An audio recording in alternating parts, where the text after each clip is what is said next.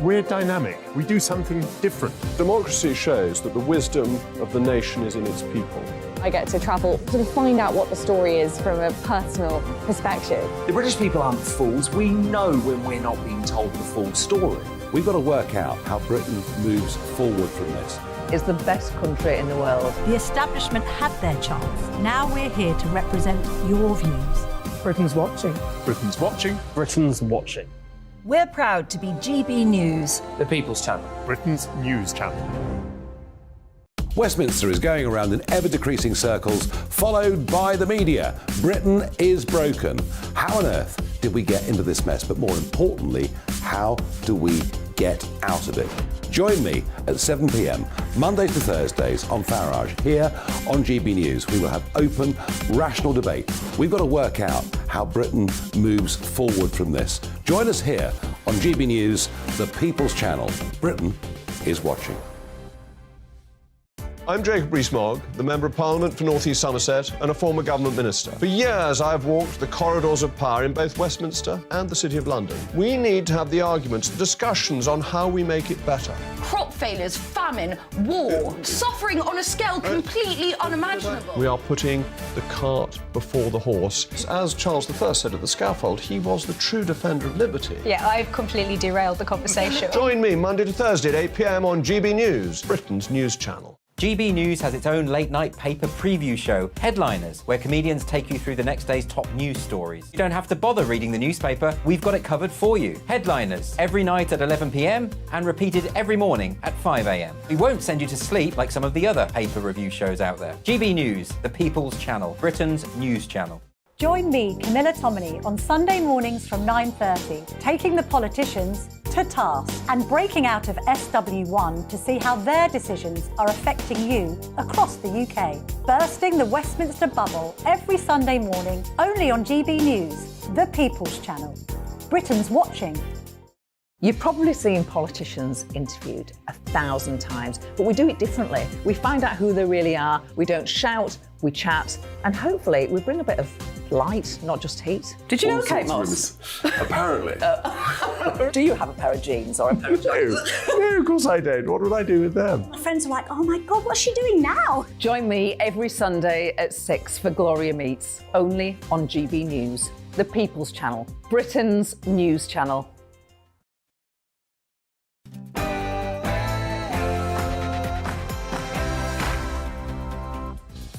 Good morning and welcome to The Point on GB News with me, Andrew Pearce, and Bev Turner. It's a dramatic unfolding situation this morning in Sudan. The mass evacuation is underway right now. Thousands of Brits are being rescued. Flights are already leaving the country and other routes of escape are being planned. This morning we hear from those caught up in the chaos. And, of course, the government's been accused of banning its own people. Is this rescue effort too little too late? The French have got far more people out. And where, of course, is the ambassador to Sudan? Oh, he's on holiday in London. Also this morning, pledging to protect women's rights, the Prime Minister declares that he absolutely knows what a woman is and will fight to defend single-sex spaces. Can his promise help protect those who fear being silenced? Know who he's having a dig at? And guess what? At the age of 80, Joe Biden is going to announce today he's going to run again to be the leader of the free world, which will make him 86 at the end of his next term. Are you as old as you feel?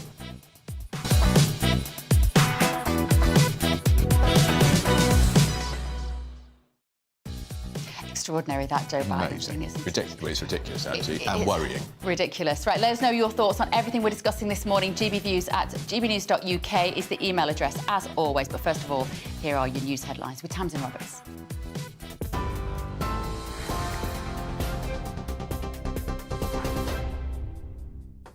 Thanks very much, Bev. Good morning from the GB newsroom. It's 9:32. Here are the headlines. The Prime Minister says a large-scale evacuation of British nationals from Sudan has begun. RAF flights leaving outside the capital Khartoum will be open to British passport holders, with priority being given to the most vulnerable. Rival military factions have agreed to a 72-hour ceasefire in the country. Hundreds of people have died in the conflict between the Sudanese army and the paramilitary group Rapid Support Forces. The Foreign Secretary, James Cleverly, says the government's been contacting British nationals directly with evacuation routes. The truth is that we cannot predict how the situation on the ground will develop. The conflict has, as I say, been unpredictable, it's been volatile. We have said that we are unable to provide escorts from where British nationals are to the airhead. They will have to make their own way there, as indeed has been the case for the nationals of other countries. We will maintain this airhead for as long as we can, but the situation does remain, as I say, dangerous and volatile. More than 8 million households will start receiving a £301 cost of living support payment from the government today. It's the first of 3 payments, totalling up to £900 for those eligible on benefits such as universal credit or pension credit. The Chancellor has warned the government can't borrow forever as figures reach the 4th highest since records began. The Office for National Statistics says government borrowing jumped by more than £18 billion in the past financial year to reach £139.2 billion. Jeremy Hunt says the debt's a result of helping families and businesses through the pandemic and the ongoing war in Ukraine. The latest hearing in Prince Harry's legal battles with the UK press will take place at the High Court in London this morning. The Duke of Sussex is suing News Group newspapers, the publisher of The Sun and the now defunct News of the World, over alleged unlawful information gathering.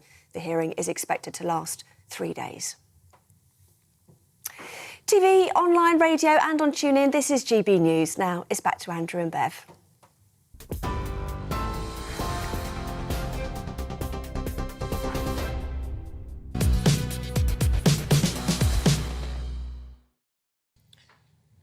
Well, it's underway. Good morning to you. It's underway. The big evacuation is taking place from Khartoum. Up to 4,000 British passport holders there. Some of them, of course, many of them, dual nationals. That's right. It follows last night's announcement of a 72-hour ceasefire in the country between the 2 warring factions. Earlier, the Foreign Secretary, James Cleverly, confirmed that Britain is now contacting British nationals directly with evacuation routes. The truth is that we cannot predict how the situation on the ground will develop. The conflict has, as I say, been unpredictable, it's been volatile. We have said that we are unable to provide escorts from where British nationals are to the airhead. They will have to make their own way there, as indeed has been the case for the nationals of other countries. We will maintain this airhead for as long as we can, but the situation does remain, as I say, dangerous and volatile. So it's obviously a fast-moving situation. We're going to be talking to somebody over in Sudan, aren't we, live in just a moment. But first of all, let's speak to our Deputy Political Editor, Tom Harwood. Good morning, Tom. What's happened since yesterday? We've got, it's a country of about 45, 46 million people, Sudan. There are about 4,000 Brits still left there to be removed. What are the government doing? Yeah, it's a really big problem because, of course, Sudan, not only a relatively populated country, but also a vast country, one of the biggest land areas of any country in Africa. And we don't know precisely where these 4,000 Brits are. We've got a rough idea of some of them, but, of course, we know some of them are people that were there simply on holiday, visiting friends, not permanent residents. So really big problem in terms of tracking these people down. But also the change that has happened overnight is this announcement of a ceasefire. Now, the US seems confident. They've helped broker this. The US Secretary of State announced it. But, of course, the UK government is cautious. We've seen ceasefires break down before, and so it is still a very dangerous situation. But what the ceasefire appears to have allowed the British government to do is go back to Plan A. Plan B, of course, was these boats, these Royal Naval ships that are being sent around to the coast of Sudan.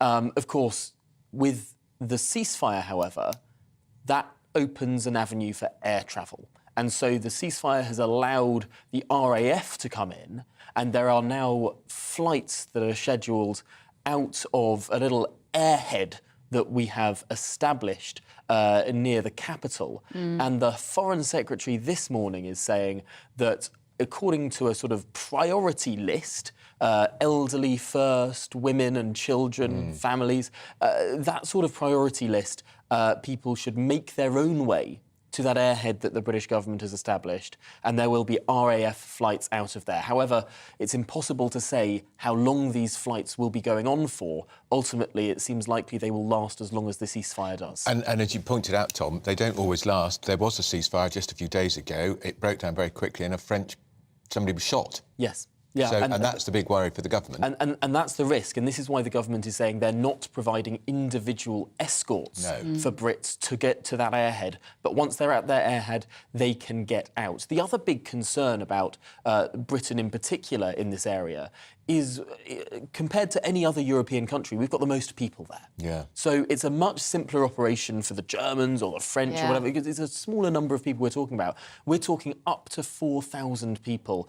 And as I said at the start, we don't know precisely where all of these people are. And if they're dual nationals, do we have a responsibility to get them out? I'm not sure we do. Well, ultimately, they have a right to call on the British government if they have a British passport. Yeah. And so dual nationals will have that right to say to the British government, you need to get me out. They can, under international law, rely on our consular support. However, I think that you are right to raise that question. Of course, we understand there are around 400 sole British nationals there, and the rest are dual nationals. And I think that perhaps there is a different political imperative there, and perhaps some of these dual nationals feel closer to another country and are relying on other countries. That, again, is an unknown. Just finally, politically, the government is haunted, isn't it, by what happened in the fall of Kabul. It was a disaster, not least because we left behind Afghan interpreters who'd risked life and limb and their families for this country, and some of them are still there. Yeah, it's a disgraceful situation, and clearly the Foreign Secretary today, James Cleverly, saying this is not a similar situation to Kabul. There are many differences, and also, I suppose, differences in the operation, given that James Cleverly actually cut his not his holiday, but his work trip to the Pacific. Some might have seen it as a bit of a jolly, but it is a crucial set of alliances that we're building up there with our accession to what's known as the CPTPP, a Comprehensive and Progressive Trans-Pacific Partnership. James Cleverly was in that area speaking with those leaders. He cut that short to come back to deal with the situation as it started to break down last week. Unlike Dominic Raab when he was Foreign Secretary. There's a contrast. During Afghanistan. I think we're going to talk now, hopefully, to a Sudanese national, thank you, Tom, by the way, who is out right now, out there in Sudan right now, Dr. Tariq Ahmed. Good morning, Dr. Tariq, if you can hear us. Yeah, good morning. Good morning. I can hear you. Good morning. Thank you so much for having me and for this opportunity. Thank you for joining us. If you could just tell us whereabouts you are, what the situation is like there on the ground at the moment. Right. So I'm one of the NHS doctors. I'm a Sudanese national NHS doctor. I came over to Sudan to see my family. As usual, what I do every year, celebrate Ramadan and Eid. The situation, since I booked my leave and came over, the situation was absolutely, I would say, normal. So Sudan has some sort of instability, long-term instability, but was safe to go, I would say. So when I came, situation was safe to go, but I think me and all the Sudanese, we didn't expect this conflict to reach this degree of clashes and fight, honestly, because RSF group has always been part of the military. They created by the military and they trained. So we got this kind of political differences and what's going on can't reach that stage. So I came here and then I was surprised and shocked that we have a massive war in the capital.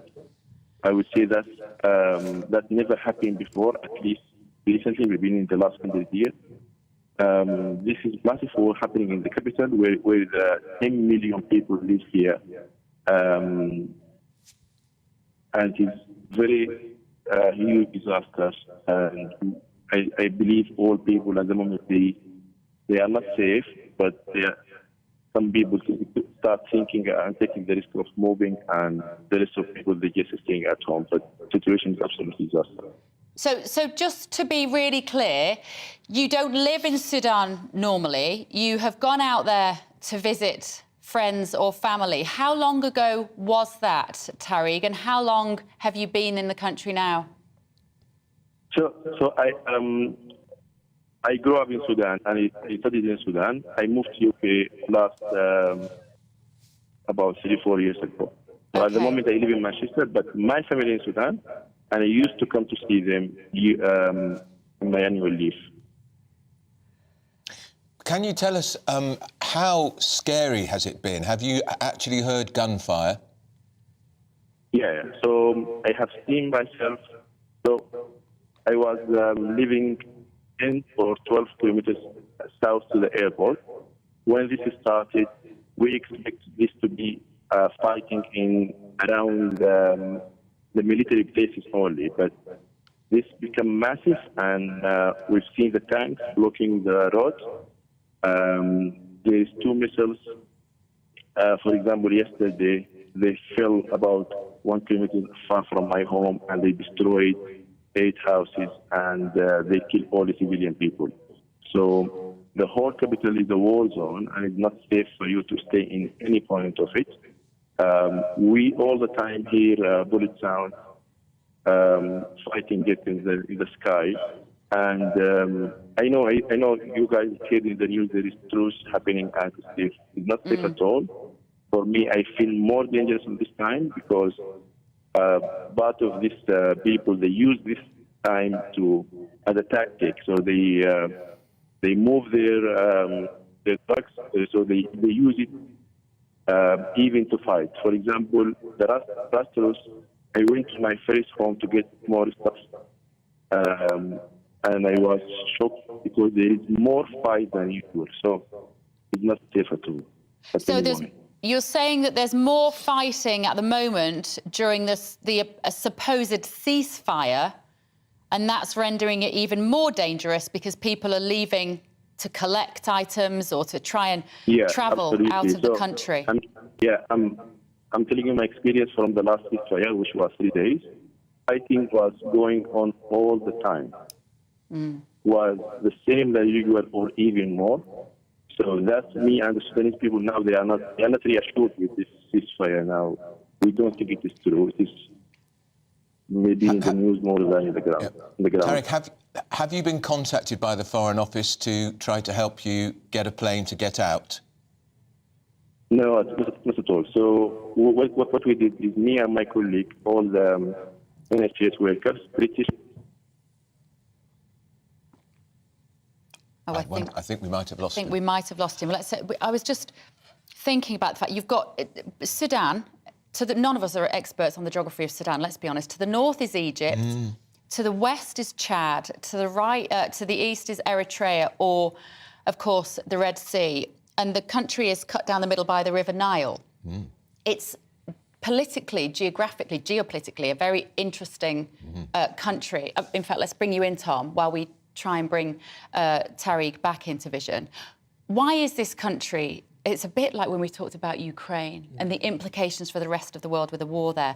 What implications might there be for the rest of the world with Sudan? Well, it's such an important part of the world. Of course, Africa is one of the fastest growing parts of the world. There are many countries within Africa that are going to become more and more geopolitically important. It's something that the Chinese government has recognised in the last decade, ahead of actually most Western countries. The largest single investor in Africa is China through their Belt and Road Initiative. They now I don't want to use the word control, but I think that's basically an accurate thing to say. They control most of the infrastructure in a lot of these countries. And so that influence is really key. And also, I think that looking at the transport links, the traditional transport links running through Africa, that north-south corridor, the River Nile, for example, that's a key thing that is also controlled through Sudan. Think of all the trade that goes through that area, Tom, and if this becomes blockaded, the implications that would have for world trade. Already you think about the problems caused by the Russia-Ukraine war. Or we think about the problems that were caused by one tanker getting stuck in the Suez Canal. Small things can ripple, and particularly things that impact trade corridors.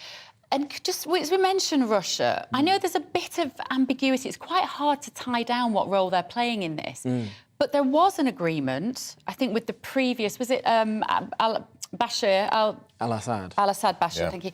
Yeah, that there was an agreement for Russia to set up a naval base at the port in Sudan in the Red Sea and concession agreements on gold mining, etc. As you were saying, Africa's such a country of such rich resources. Are Russia playing politics in this? Because the Wagner Group are out there as well, aren't they? Helping so we're seeing reports today that the Wagner Group are involved in those that are fighting against the military. Are the mercenaries who are against Ukraine. These are the Wagner Group are a sort of a group within, or sort of extra to the Russian army, that are deployed in various parts of the world. They're very, very brutal and sort of specialist as well. And it does seem that they have been deployed in Sudan with those that are fighting against the Sudanese government's military, so with the rebels in Sudan, perhaps stirring up trouble, as the Wagner Group are known to in the world. And this would suggest that Russia sees its interests aligned with toppling the Sudanese government. How politically potentially difficult is this for the government? Because Dominic Raab effectively lost his job in the reshuffle after the fall of Kabul. He was on holiday, didn't interrupt his holiday. The British ambassador, with great timing, he's on holiday in Britain and he hasn't gone back.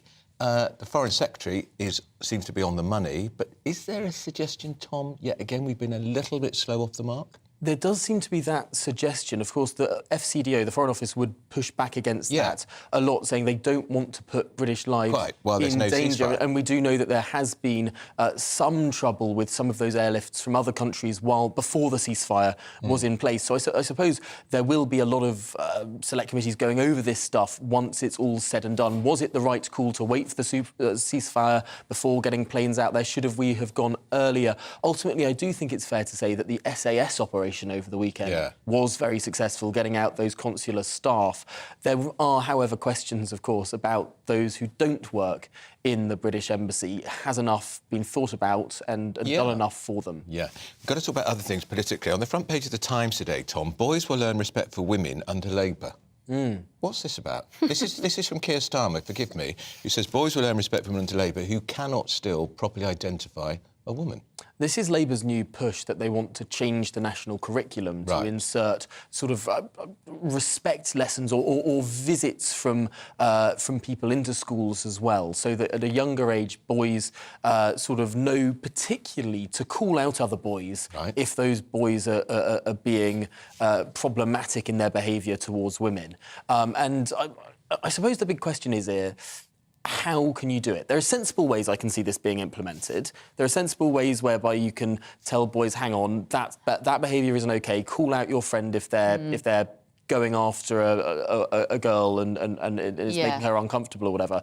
But I can also see this stretching into the realms of being patronising or perhaps even counterproductive. How it is implemented and how the Labour Party sees it being implemented is not yet spelled out in a great deal of detail, and I think that is what really matters here. And it's odd, isn't it? Because on the front page of the Daily Express, no surprise here.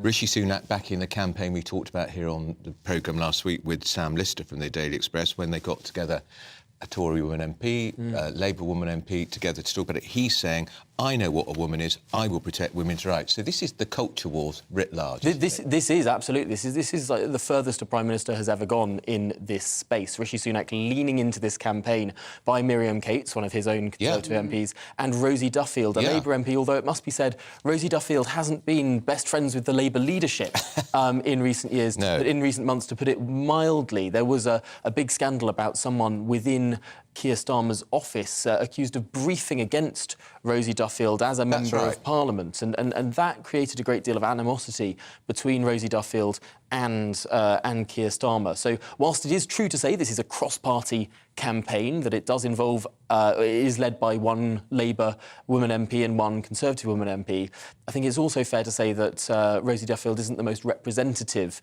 member of Parliament of the Parliamentary Labour Party. But she's brave. She was one who was jeered and heckled on her own side by Labour MPs because she was spelling out her position on trans rights and the importance of women-only spaces. And if you recall, then when Miriam Cates got up to speak on the Tory side, one of her Labour backbenchers sat next to her to try to intimidate her. Yeah, appalling. There was a lot of controversy about that. That debate got very heated in the House of Commons, and it was Lloyd Russell Moyle, the Member of Parliament for Brighton Kempton, who he says he sat down in that seat while he was waiting to go across to his side, and sometimes Labour MPs sit in that area. So he doesn't say that he was being intimidating, but lots of Conservative MPs, and indeed Miriam Cates herself, said that she felt that it was being entirely intimidatory and he could have sat in many different places, and he decided to sit really rather close to her.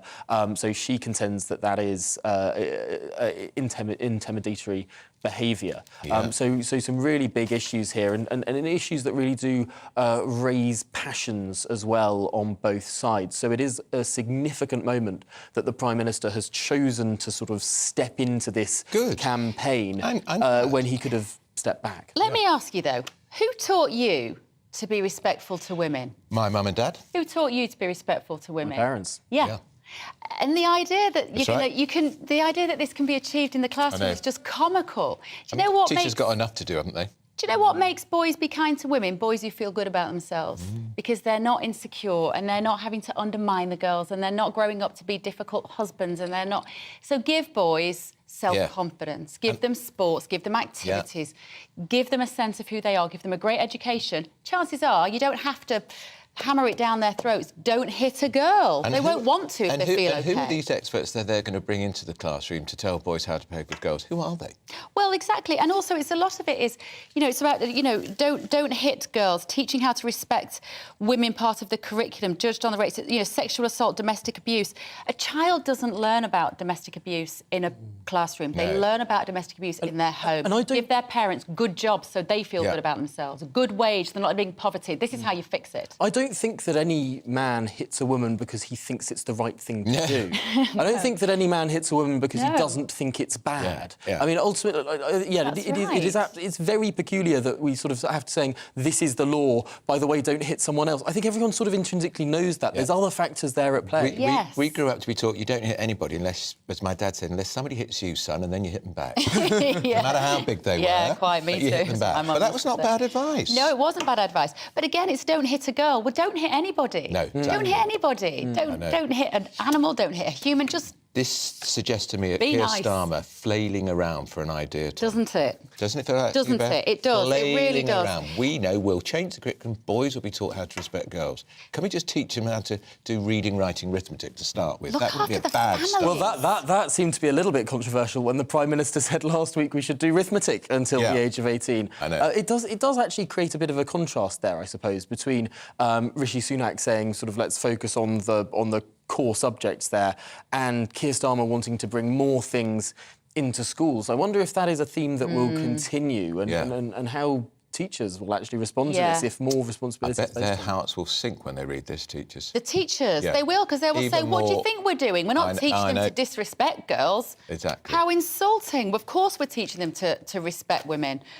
We need more male teachers as well. That's the thing. We have, especially in primary schools, we need more men working in these jobs to show the boys how to behave. Anyway, Starmer, you know where we are if you want a bit of advice. Yeah, honestly, it's ridiculous. Tom, always good to talk to you. You'll be back with us in a bit, I think. See you later, Tom. Still to come, a race against time, because the government has finally begun that evacuation. There's a 72-hour ceasefire in Sudan for now. We're going to be speaking to the chairman of the Foreign Affairs Select Committee, who's got very strong views on all of this. I joined GB News because I was sick and tired of not hearing my views being represented, not just mine, but so many people that I knew and spoke to. I just couldn't get my voice out there. I couldn't say anything, I couldn't do anything. Whatever the narrative was, I kind of had to follow it. GB News is there to provide a voice for those who have been ignored by the establishment media. We think different things, we've got a different style. GB News is here to be optimistic and positive about the future. It's real kind of dynamic and flowing, with the audience very much at the heart of it, like a big family. Here at GB News, we talk about the things that matter to you. Hearing the voices from right across our towns and cities, especially our towns. All sides of the argument represented with a heavy dose of opinion. We're on a mission here to make a difference. And the GB News family really is here for you, and whatever time of day you can watch or listen. Britain's watching. Britain's watching. We're proud to be GB News. The People's Channel. Britain's news channel.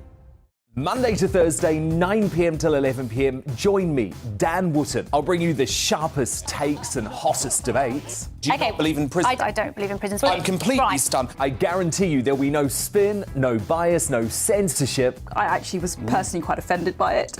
And no reason to go to bed. So I guess they've always been quite woke. That's Dan Wootton tonight on TV, radio and online. Monday to Thursday from 9 p.m. till 11 p.m. on GB News. The People's Channel, Britain's news channel.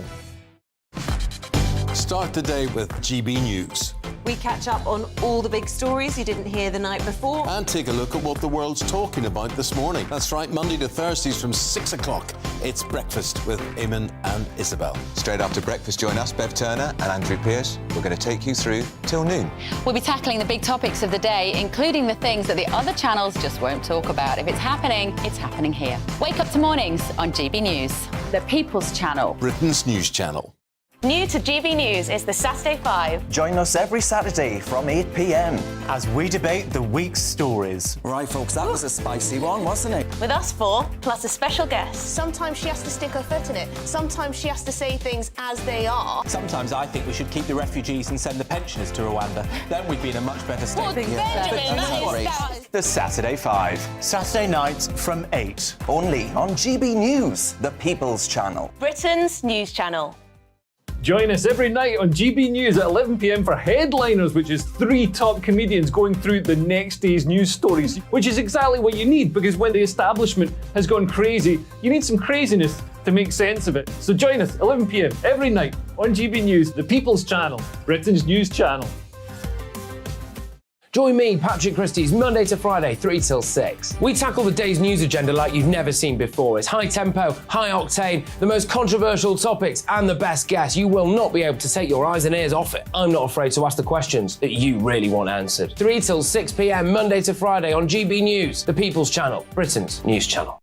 Every Sunday from 11, join Michael Portillo. There'll be topical discussion, looking at the week before and the week to come. So kick back and relax at 11 a.m. on Sundays on GB News with me, Michael Portillo. GB News, the People's Channel, Britain's news channel.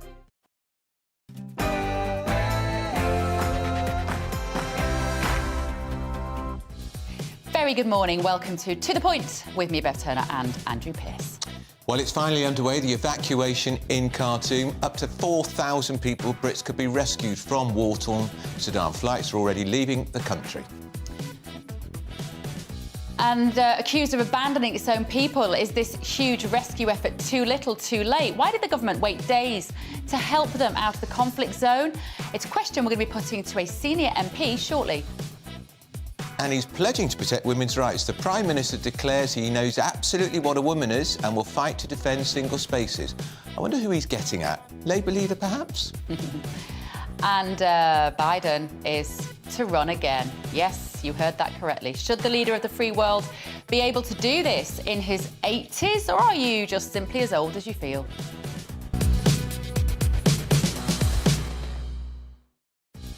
Or as old as the man you feel.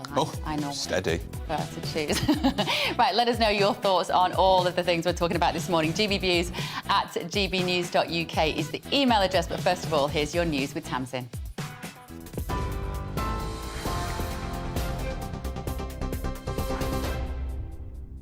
Beth, thank you. Good morning from the GB newsroom. It's 1 minute past 10.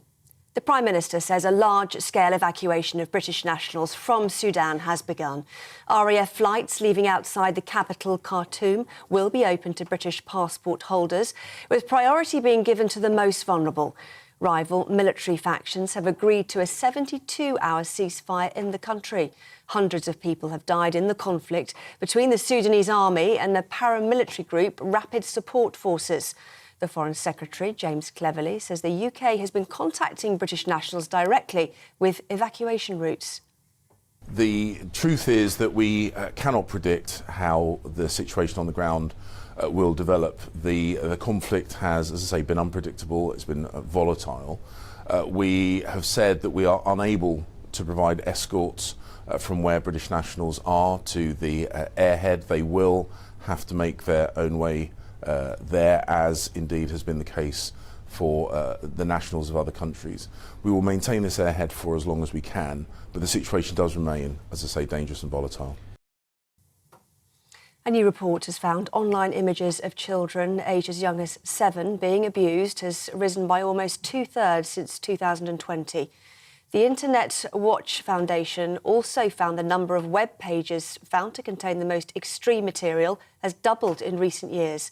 The foundation's chief executive says sexual imagery created of children when they're online, often in their bedrooms, now accounts for almost 4 in every 5 cases reported. The NSPCC called on the government to ensure website owners are held liable for failing to tackle child sexual abuse on their sites. More than 8 million households will start receiving a £301 cost of living support payment from the government today. It's the first of 3 payments, totalling up to £900 for those eligible on benefits such as universal credit or pension credit. The Department for Work and Pensions will send payments automatically and directly to recipients' bank accounts. The government is launching legal action against the Royal College of Nursing in an attempt to declare a planned strike in May unlawful. The Health Secretary says he's regretfully applying to the High Court to declare the strike unlawful. RCN members in England are planning a 48-hour walkout at the start of the night shift on April the 30th in a long-running dispute over pay. Union members had previously rejected the government's 5% pay offer. The union's General Secretary, Pat Cullen, has vowed to stand up to government bullies in court. More than 100 politicians from around the world are calling on the government to drop its anti-strike bill. 121 politicians from countries including Australia, France, Germany and Spain have signed a statement criticising the legislation. If passed, the bill would force unions to agree minimum levels of service during strikes. The government says its purpose is to protect the lives and livelihoods of the public. The Chancellor has warned the government can't borrow forever as figures reach the 4th highest since records began. The Office for National Statistics says that government borrowing jumped by more than £18 billion in the past financial year to reach £139.2 billion. The Chancellor says it's a consequence of borrowing to help families and businesses through the pandemic and the ongoing war in Ukraine. Mr Hunt says the government has a clear plan to reduce debt. Meanwhile, grocery inflation has dipped slightly this month, but consumers are still paying more than this time last year. Figures from Kantar show the rate at which prices increased has slowed down to 17.3% from 17.5%. Supermarket own label sales are up 13.5% year on year, with the very cheapest value line soaring by 46%. However, the consumer group says stretched finances still allowed for a record-breaking Easter, with 38 million chocolate eggs bought.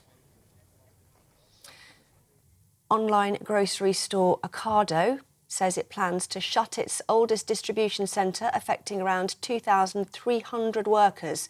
The company says it's going to shift towards robotic warehouses. The group are closing the site in Hadfield in Hertfordshire later this year, with plans to open a new automated warehouse in Luton next year. The latest hearing in Prince Harry's legal battles with the UK press will take place at the High Court in London this morning. The Duke of Sussex is suing News Group newspapers, the publisher of The Sun and the now-defunct News of the World, over alleged unlawful information gathering. The hearing is expected to last 3 days. Journalist Sally Jones says it's a distraction from the King's coronation. Harry has already made himself pretty unpopular with, as a lot of people see it, throwing his family under a bus. It looks as though he's still perhaps trying to keep his links with England, even though Meghan and he have pretty much upped sticks and seem to be basing their life entirely in California. He wants to draw attention to what he sees as wrongdoing by the tabloids. But I think it's also going to be a terrible distraction from what ought to be a joyous occasion, you know, the King's coronation, just 10 days beforehand. The number of books being read by children in the UK rose by almost a quarter last year. Research from What Kids Are Reading report found it's because social media trends such as TikTok are helping shape reading habits. It found that pupils read over 27 million books in the academic year. That's 24% more than the year before. This is GB News. More from me shortly. Now, though, it's back to Andrew and Bev.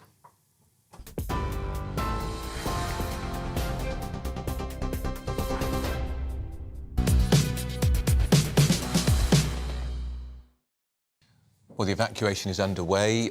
Planes will be taking to the air. It's a large-scale evacuation in Khartoum, Sudan. British passport holders up to potentially 4,000.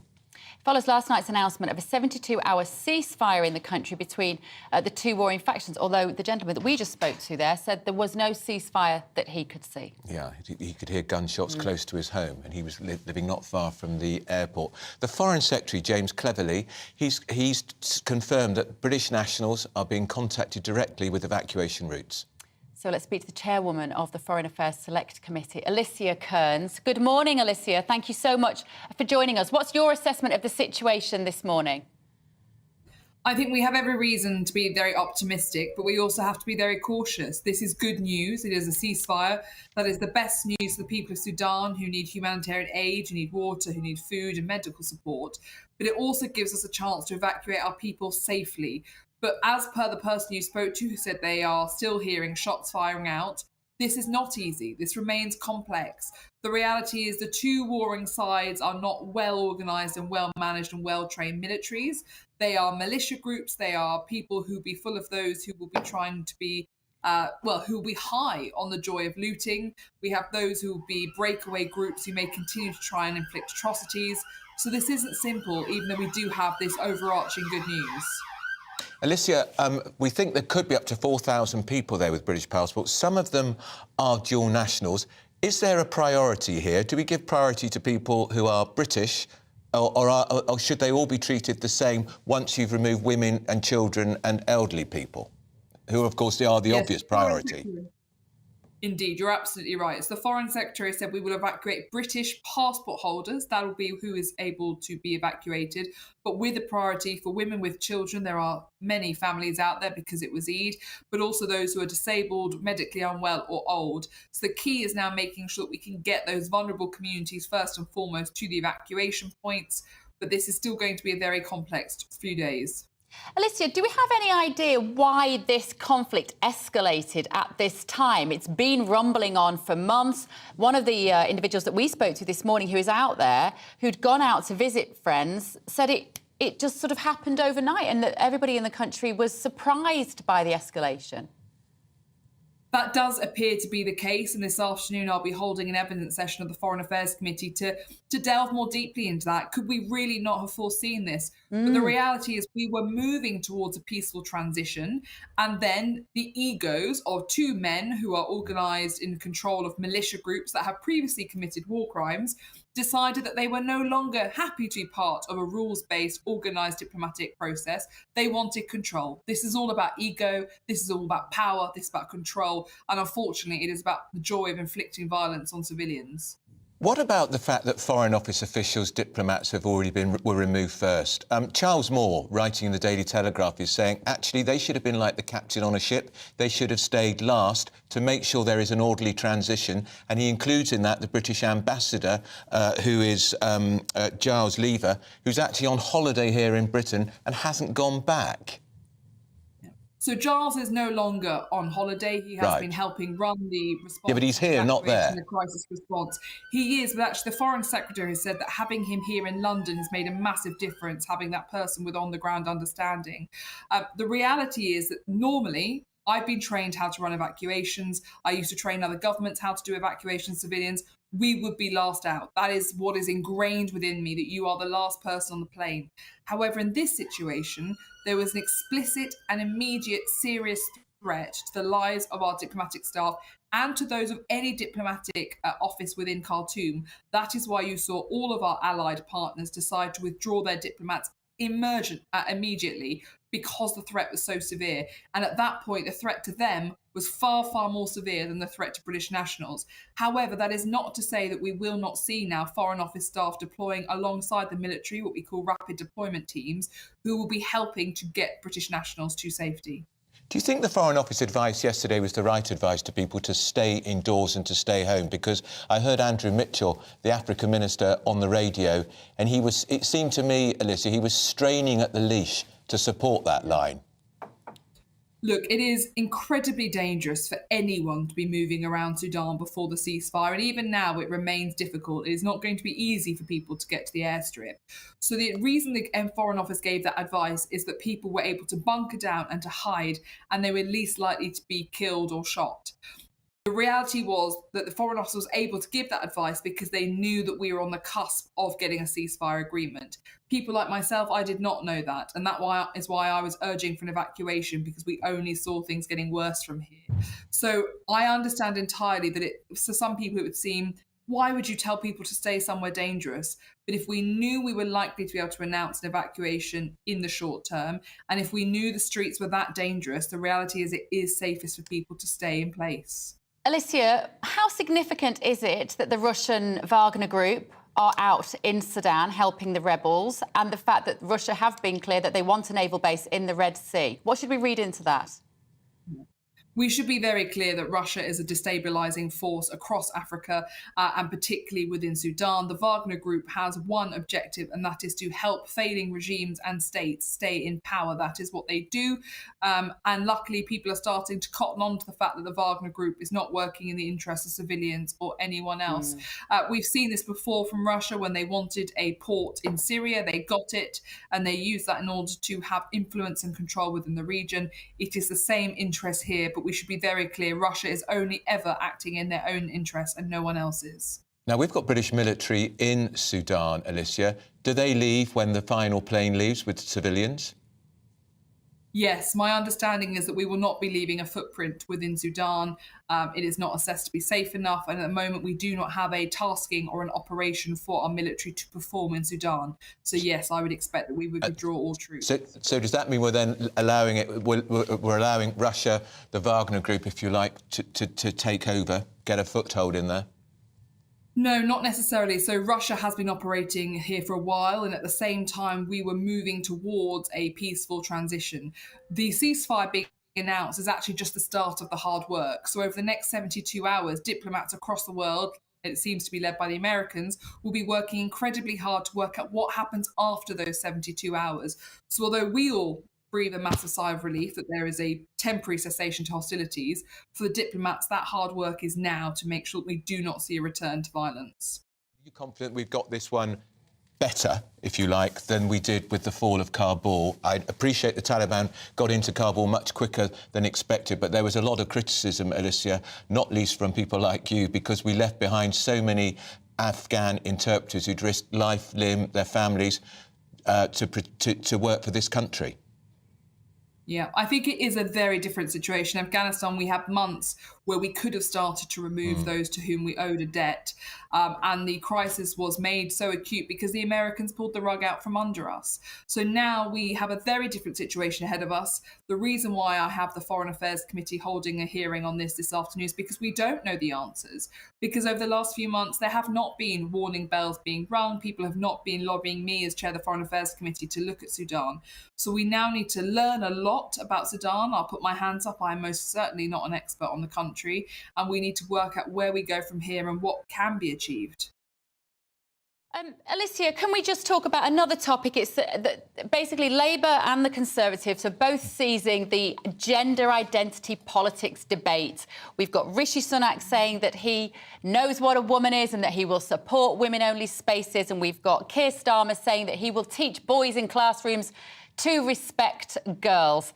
What are your thoughts on this issue? They're both appropriating these topics and making political capital out of them today, aren't they?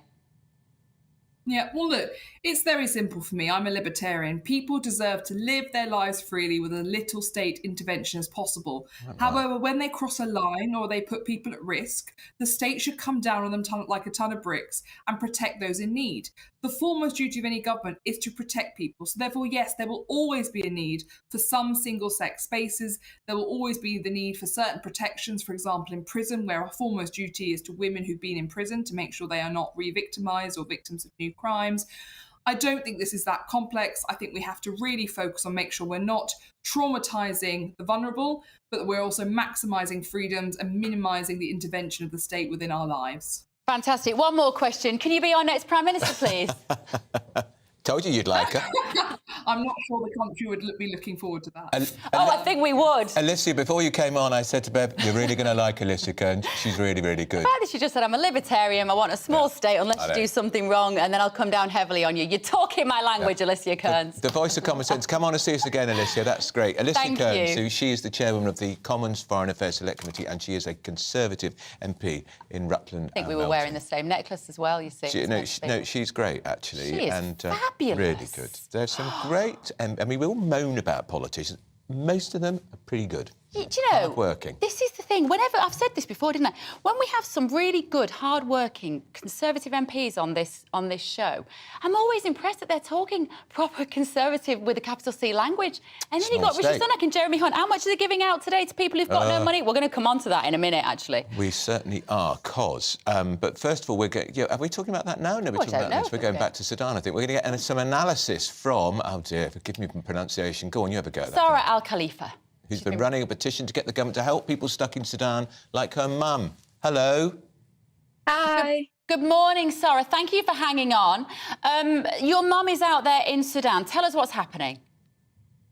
So what's been going on at the moment in Sudan is, as of April 15th, that's when the civil war broke out between the RSF, so the old regime, and they're fighting against the Sudanese military in order to take over the country and pull the country back into the old regime, which is not in the country wants. And from there, the amount of damage that's been inflicted onto the country, like on the weekend, the opposing force, they released the prisoners that are on death row, released 10,000 prisoners back onto the streets, and we're talking like the worst humans you could think of, like child rapists, the worst human beings you can it's the worst situation anyone could probably be in.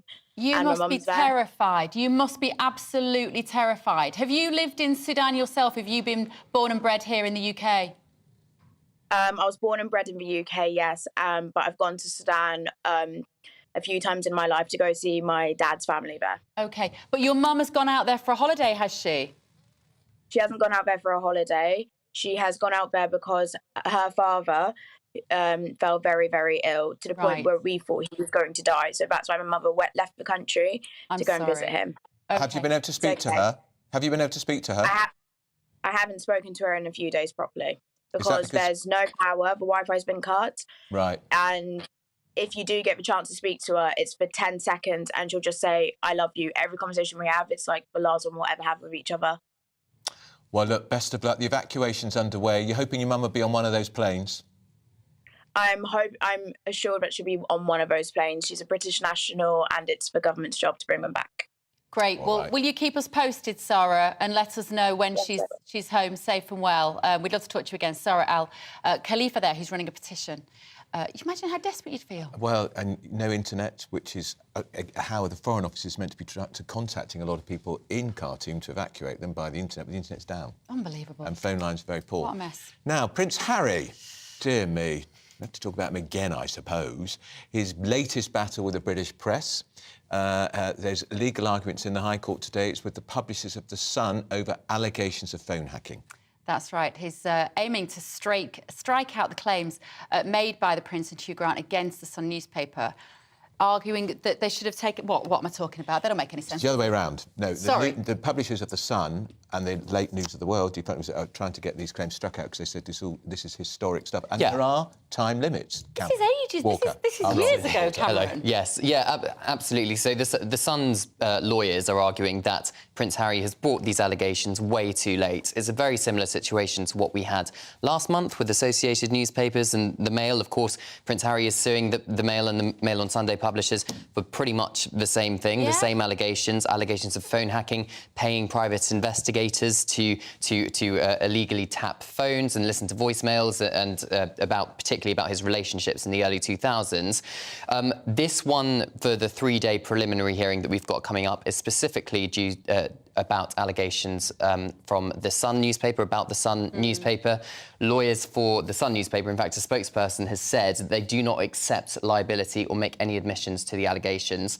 As we reach the tail of the litigation, News Group Newspapers is drawing a line under disputed matters, some of which date back more than 20 years. Now, of course, News Group Newspapers were also the publishers of the now defunct News of the World newspapers, and they have apologised for the phone hacking, which has been proven to do with the News of the World, but they have made no admission of guilt. They deny all allegations to do with the Sun newspaper. But many are questioning, why is Prince Harry doing this now? Yeah, why is he? There could be nothing that were on those voice notes that he hasn't told us already. There is no level of privacy that he hasn't breached himself. Well, exactly. And I don't think he's going to turn up today. The reason being is he was very on public display last night in LA at a basketball game with Meghan and his Archwell team. I believe we've got pictures of them if we can show them. So I don't think he's going to fly across the UK. With her new hairdo. With her new hairdo. There we are, here we are. So if you're watching on television, you can see Prince Harry and Meghan in a box at the basketball game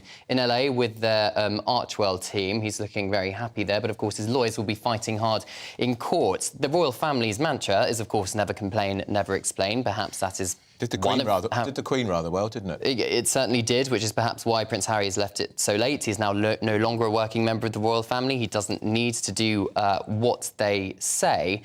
But also, there's been many of out-of-court settlements, hasn't there, to do with alleged phone hacking with The Sun and other publications.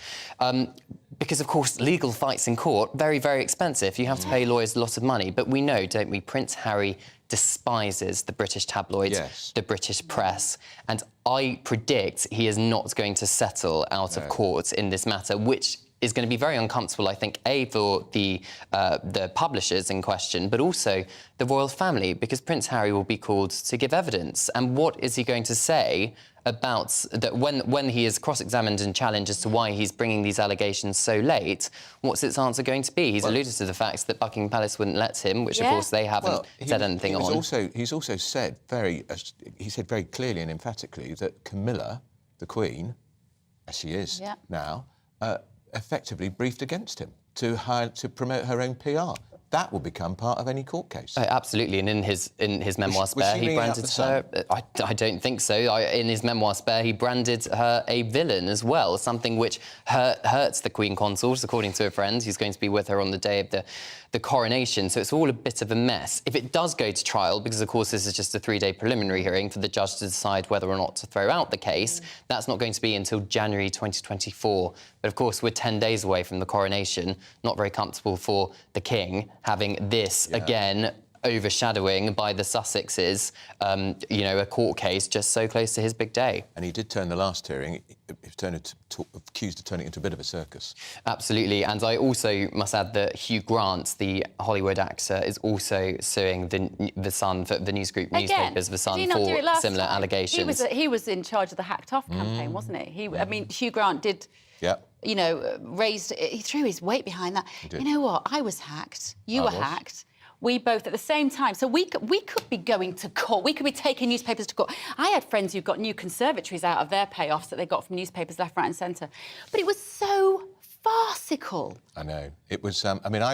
I worked for The Times, and I was hacked by somebody from the late News of the World, which closed down in 2011, by the way. That just shows how historic it was. 12 years ago. Yeah. Oh, wow. Yeah. But I just let it go. I did. And I got taken into a police station in Putney. And they sat down with these police officers and said, right, we're going to show you some material that might be a little distressing. So I was like, OK, fine, whatever.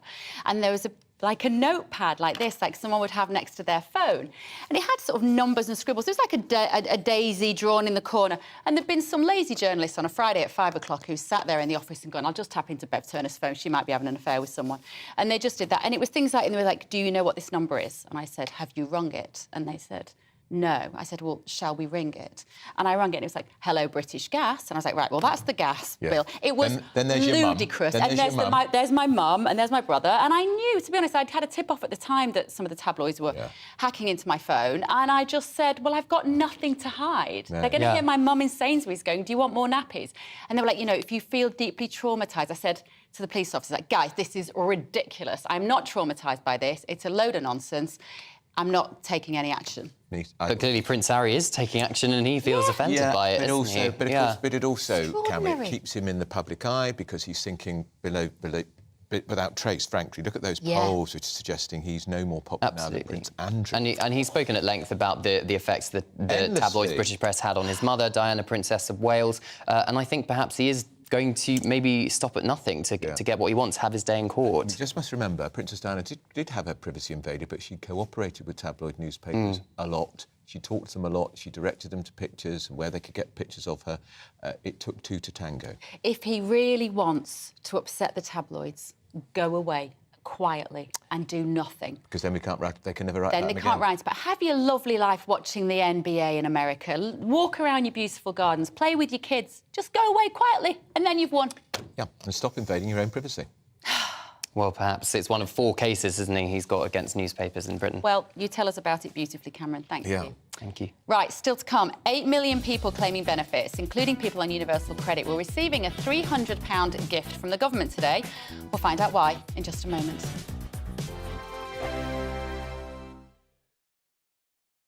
I joined GB News because I was sick and tired of not hearing my views being represented, not just mine, but so many people that I knew and spoke to. I just couldn't get my voice out there. I couldn't say anything. I couldn't do anything. Whatever the narrative was, I kind of had to follow it. GB News is there to provide a voice for those who have been ignored by the establishment media. We think different things, we've got a different style. GB News is here to be optimistic and positive about the future. It's real kind of dynamic and flowing, with the audience very much at the heart of it, like a big family.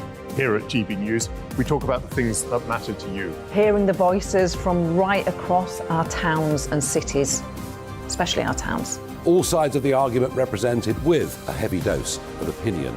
We're on a mission here to make a difference. And the GB News family really is here for you, and whatever time of day you can watch or listen. Britain's watching. Britain's watching. We're proud to be GB News. The People's Channel. Britain's news channel. Westminster is going around in ever-decreasing circles, followed by the media. Britain is broken. How on earth did we get into this mess? But more importantly, how do we get out of it? Join me at 7 p.m, Mondays to Thursdays on Farage. Here on GB News, we will have open, rational debate. We've got to work out how Britain moves forward from this. Join us here on GB News, the People's Channel. Britain is watching. You've probably seen politicians interviewed 1,000 times, but we do it differently. We find out who they really are, we don't shout, we chat, and hopefully we bring a bit of light, not just heat. Did you know Kate Moss? Apparently. Do you have a pair of jeans or a pair of jeans? No, of course I don't. What would I do with them? My friends are like, oh my God, what's she doing now? Join me every Sunday at 6 for Gloria Meets, only on GB News, the People's Channel, Britain's news channel. I'm Jacob Rees-Mogg, the Member of Parliament for North East Somerset and a former government minister. For years, I've walked the corridors of power in both Westminster and the City of London. We need to have the arguments, the discussions on how we make it better. Crop failures, famine, war, suffering on a scale completely unimaginable. We are putting the cart before the horse. As Charles I said at the scaffold, he was the true defender of liberty. Yeah, I've completely derailed the conversation. Join me Monday to Thursday at 8 p.m. on GB News, Britain's news channel. New to GB News is the Saturday 5. Join us every Saturday from 8 p.m. as we debate the week's stories. Right, folks, that was a spicy one, wasn't it? With us four, plus a special guest. Sometimes she has to stick her foot in it. Sometimes she has to say things as they are. Sometimes I think we should keep the refugees and send the pensioners to Rwanda. Then we'd be in a much better state. Well, Benjamin, that is... The Saturday 5. Saturday nights from 8. Only on GB News, the People's Channel. Britain's news channel.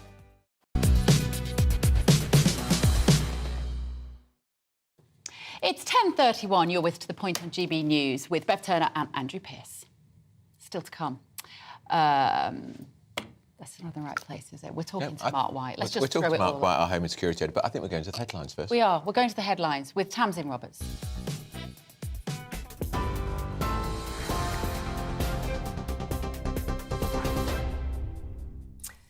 Bev, thanks very much. Here's the latest at 10:32. We've just been hearing that an RAF flight has left Sudan this morning. That's after the Prime Minister announced this morning a large-scale evacuation of British nationals from the country. That evacuation just underway now. Rival military factions have agreed to this fragile 72-hour ceasefire in the country. We're hearing that RAF flights leaving outside the capital, Khartoum, will be open to British passport holders, with priority being given to the most vulnerable. Let's hear now from James Cleverly. The truth is that we cannot predict how the situation on the ground will develop. The conflict has, as I say, been unpredictable. It's been volatile.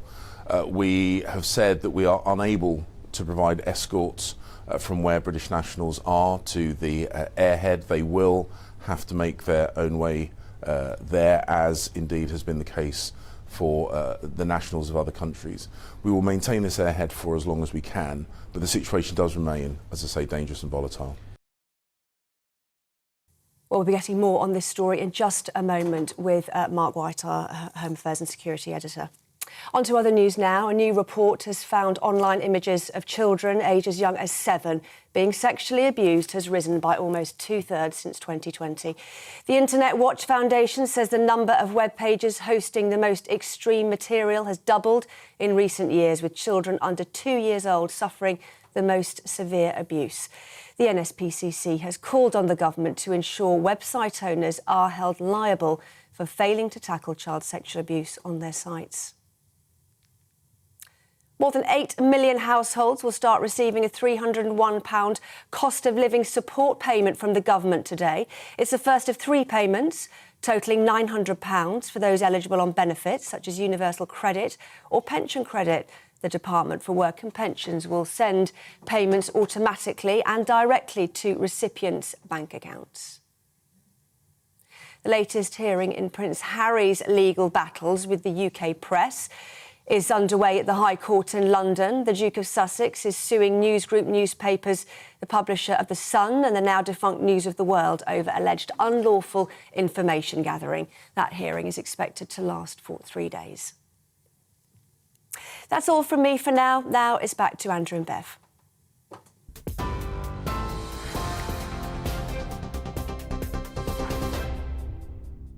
Direct Bullion sponsors the Finance Report on GB News for gold and silver investment.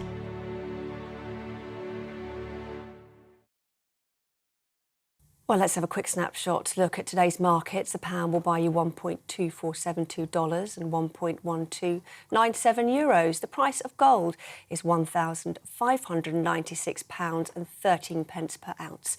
And the FTSE 100's at 7,889 points. Direct Bullion sponsors the Finance Report on GB News, investments that matter. Now, breaking news. Great that we've got Mark White, our Home and Security Editor. Breaking news from Sudan.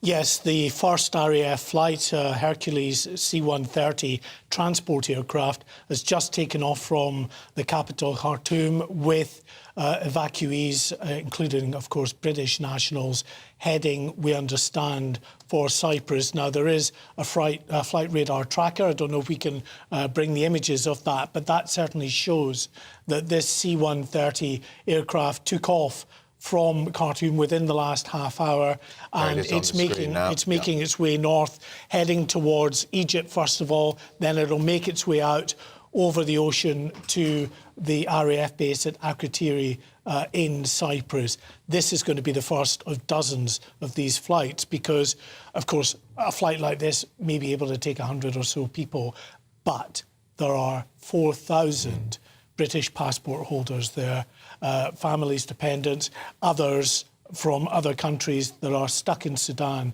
as well. They're taking advantage of this 72-hour ceasefire, but it's very volatile. A ceasefire that may not last. These are militant warlords who don't play by the normal rules. So the difficulty is, we heard about this evacuation operation that took place at the weekend to get the diplomats and the VIPs out, and to get them out fast. That was controversial, but I think done for very good reason, because diplomats were under specific threat. We know that a French diplomat was shot in the fighting, so they wanted to get them out. They came out under military escort with special forces going in. The civilians, sadly for them, are just having to make their own way to an airport north of the capital. We asked Alicia Kearns, who's the chairwoman of the Foreign Affairs Select Committee, about that very thing. We said, I thought the rule would be the ambassador, the diplomats would go out last, a bit like the captainship, but she said there was very specific information that they were being threatened. Yes, absolutely, and you know, borne out by the fact that a diplomat was shot. So a real threat there. They had to get them out. But of course, efforts now turning to those thousands of individuals just from the UK and many thousands of others from other countries that are just stuck there. And it is a very volatile, intense situation. There are multiple checkpoints. We understand that most of the expat Brits that are in Khartoum are in the eastern suburbs of the capital. They have to make their way north through multiple military checkpoints. You don't know at any point whether you're going to get stopped, let through, arrested, whatever might happen to you. There is no military escort for you. You're on your own to try to get to that airport and just hope that the ceasefire continues to hold. Others have given up trying to get to the airport in the north, have told us that they're heading towards the port of Sudan. Now, if that happens, it's obviously going to have to be a maritime operation to try to get them. We know that HMS Lancaster, Type 23 frigate, is in the region. It's at sea already, and we understand that it is making preparations to head there towards the port of Sudan if needed in the evacuations as well. Mark, in these sorts of situations, if someone is a British passport holder but they don't live here and we've got 4,000 people, hopefully, fingers crossed, everybody gets home safely. Once they arrive here, are they their own responsibility? Do they continue to be the responsibility of the government? They're their own responsibility if they have the means to support themselves, if they have family and another network of people that can look after them. If not, like anybody else in this country, the welfare state will move in to help these individuals. So I think the first priority is just to get them out. They are, if they're a British passport holder, they're British citizens. So to get them out in the first place. But it's not just going to be Brits. The way that these evacuations work is that all of the nations pitch in to help who they can. They'll try to prioritise, but in many respects, it's a first-come, first-served basis. So overnight, we had a military ship, a Saudi Arabian naval vessel, arriving in the Saudi port of Jeddah with almost 200 evacuees. Among them were British nationals, other nationals from the US, Sweden, and other Western countries. There was another flight that took off that headed to the Kenyan capital, Nairobi, with about 100 other students from various countries.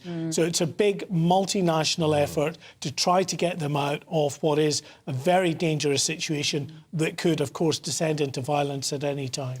OK, thank you, Mark. I think you're going to be back with us in the next hour as well for any developments. Still to come this morning, we're going to continue our coverage of that RAF flight taking off from Sudan. This is To The Point on GB News, Britain's news channel. Monday to Thursday nights on GB News. At 6, it's Dubes & Co. 7 o'clock, Farage. At 8, join Jacob Rees-Mogg. And at 9, Dan Wootton Tonight, followed by headliners on TV, radio and online. This is GB News. First and foremost, I am a GB News fan, and I was before I was working here. Just love the fact that we're asking the questions that a lot of establishment media won't ask. With a bit of a twist, we not only want to inform you, but we want to keep you entertained. It's worth the drive because you get in and the team's all ready and waiting, they're itching to go, and it's a proper little family. GB News is the People's Channel. It's the audience that makes the programme sing. We're giving our viewers and our listeners a voice. I see the thousands of your letters, tweets, emails, you name it, coming in. Britain is broken. How on earth did we get into this mess? But more importantly, how do we get out of it? The establishment had their chance. Now we're here to represent you. It's time for something different. It's time for GB News. I'm very patriotic. I believe in Britain. Our best days lie ahead. Britain's watching. Britain's watching. Join us here on GB News. The People's Channel. Britain's news channel. Join me, Patrick Christie's Monday to Friday, 3 till 6. We tackle the day's news agenda like you've never seen before. It's high tempo, high octane, the most controversial topics and the best guests. You will not be able to take your eyes and ears off it. I'm not afraid to ask the questions that you really want answered. 3 till 6 p.m, Monday to Friday on GB News, the People's Channel, Britain's news channel. GB News has its own late-night paper preview show, Headliners, where comedians take you through the next day's top news stories. You don't have to bother reading the newspaper, we've got it covered for you. Headliners, every night at 11 p.m, and repeated every morning at 5 a.m. We won't send you to sleep like some of the other paper review shows out there. GB News, the People's Channel, Britain's news channel. Join me, Camilla Tominey, on Sunday mornings from 9:30, taking the politicians to task and breaking out of SW1 to see how their decisions are affecting you across the UK. Bursting the Westminster bubble every Sunday morning, only on GB News, the People's Channel. Britain's watching. Hello, I'm Calvin Robinson. Do not miss my Common Sense Crusade Saturdays at 7 p.m. Join me for some in-depth discussions on faith. Is that not the start of the slippery slope? It's very much so. And the big moral questions of the day. I'm baffled. You've got some nerve. Only on GB News, the People's Channel, Britain's news channel. I'm Andrew Doyle.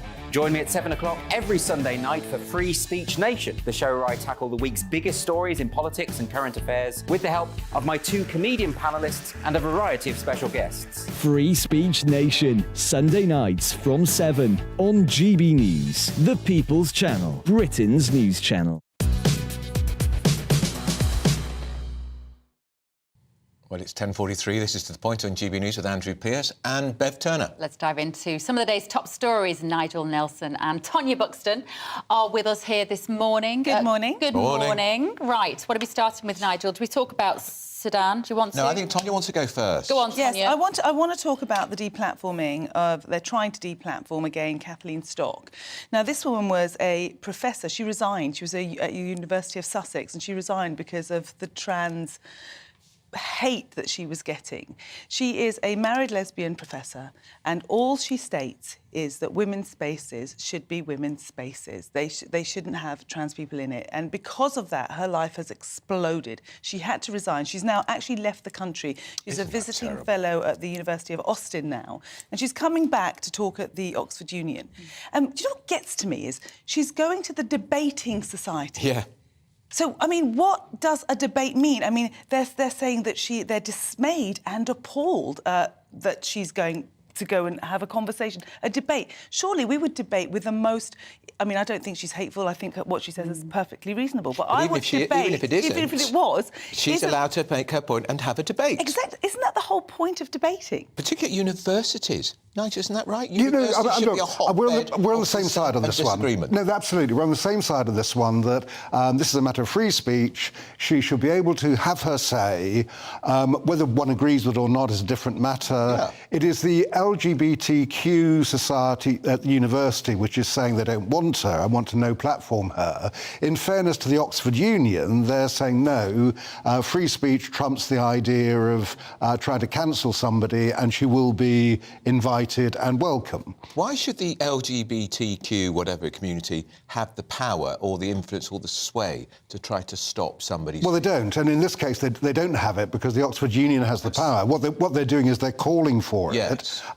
My view is that is a mistake. I mean, I would love to hear her speak. I'd like to hear... I don't think I would agree with her views, but I want to hear what they are. And surely students of all people ought to listen to what they are. The point is these trans activists, and I have trans friends, so I know that my trans friends don't agree with these trans activists, so I need to say that out straight, are so vile and are so frightening that they have... She quit her job. She resigned from the University of Sussex because she couldn't take it anymore. So, you know, they are really frightening. So, yes, they're not winning in this situation she's going, but you have to be made of steel to even be able to debate this. And it's just an insanity that it's called conversion therapy. They're saying that Kathleen Stock wants conversion therapy. Do you know what conversion therapy is in the trans debate? It's a conversation. Yeah. It's a conversation. Yes, they're not having electrodes put onto their head saying you will no longer be gay, you will no longer be trans. It's a conversation, and that's called conversion therapy. I mean, it's how can that be? Do not rush into taking hormone tablets, which may forever change or lobbing your off body. your boobs. Exactly, because it's a very long-term... young people should have these conversations. A lot, really. And that's the whole point, is that you can now walk into your doctors and whatever and get kind of hormones almost straight away. Whereas it never used to be like that. My trans friends went through a really long period before they went through what they've gone through with the drugs and the surgeries and whatever. And it was a long period. They had to really be sure, because we're getting all these detransitioners now, people really suffering with terrible depression, because there's not enough time spent on educating and speaking to these people. But I think this goes in really well with what Rishi did today, because he's my hero today. Oh. Is he our hero today, Bev? No, well, no. You know why? Why? Because you know what if you look at the detail of this, so this is about Rishi Sunak saying, I know what a woman is, you know, fine, that's good, OK, good. I'm pleased about that. What he's saying is I'll protect the spaces, I have daughters. They can live in safety. Whenever this Prime Minister starts talking about things that will keep you safe, like our beep on our phone at the weekend, your ears need to prick up as to what is actually going on here. And what he talks about is what he will do to keep us safe, women, is more CCTV cameras. Did you spot that in the detail? See, I did not. Yeah, that's what worries me. That's not the solution. If you want to keep women safe, you give us better police officers, you give us security on public transport, and you make sure that all the wrong ones are locked up for a long time. No, fair enough, yes. He's also talking about to try and have a bit of clear blue water between him and Keir Starmer, talking about making sure that women-only spaces continue. So the idea would be that if you have a woman with a penis, effectively, would not be allowed in a rape crisis centre, would not be allowed in a refuge, not in a changing room. All that's fine. The only thing I'm wondering a bit about this whole thing is it really a matter for government to be doing quite so much about this kind of thing? It seems to me it's a personal choice by the individuals. And I also wonder how much the electorate really care about this as being a major issue. I know we talk about it a lot, but when you think, you know, you hear of major clothes stores having communal changing rooms, dressing rooms, and how did the women get a say in that? I think the government does need to make a stand here, because I think this argument has been swayed too much the wrong way by a very tiny minority. OK, but is it not a matter of actually common sense that we move with extreme caution about the whole issue? But we haven't. I know a school... That's the problem, that common sense has lost its mind. There is no common sense. We haven't moved with extreme caution. We've just jumped into this gender debate where, you know, there are no safe spaces for women. You know, and I like I said, I have trans friends, but I don't agree. You know, they are trans women. They are not women. They should not be competing in sport. They should not be in changing rooms, especially if they still are trans women with penises. I mean, you know, they should not be in places where women want to feel safe. The fact that he does say, I believe that biological sex really matters, I'll protect women's rights and women's spaces. That's great. That's a great sentence. That is a great sentence. And all credit to friend of the show, Sam Lister. We've had her on here. We have her on every week, political editor, who's brought this together, who brought together Rosie Duffield and Miriam Cates. Because Keir Starmer can't say that, Nigel, and won't say that.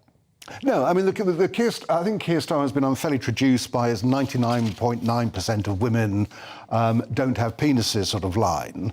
Unfairly? Why and unfairly? That's been taken as meaning that 1 in 1,000 do, which I think is... he was using a ballpark figure, and he didn't mean the absolute figure of what... Well, OK, yes, but he didn't mean the 1 in 1,000. But, I mean, when it comes down to the caution bit I was talking about, is a lot of common sense can come into play. Schools are doing this all the time.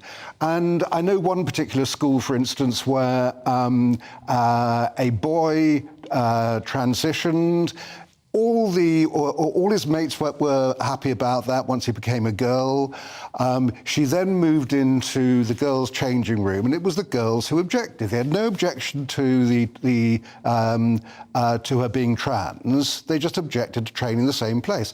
The school found a separate place for her to change. That seems to me what I'm talking about, a common sense solution. But that's not happening, unfortunately. The girls that are complaining about it in schools, and I know examples of this, are being called out as being transphobic. Their parents are being called in and saying, you've got a problem with your Jennifer because she's transphobic. That's not... The schools are not behaving in a sensible way. They're behaving in a... That's the common sense approach I'm talking about. OK, we each know different schools. I'm talking about one school which I thought had a common sense approach to the situation. You're talking about schools that don't. Yeah.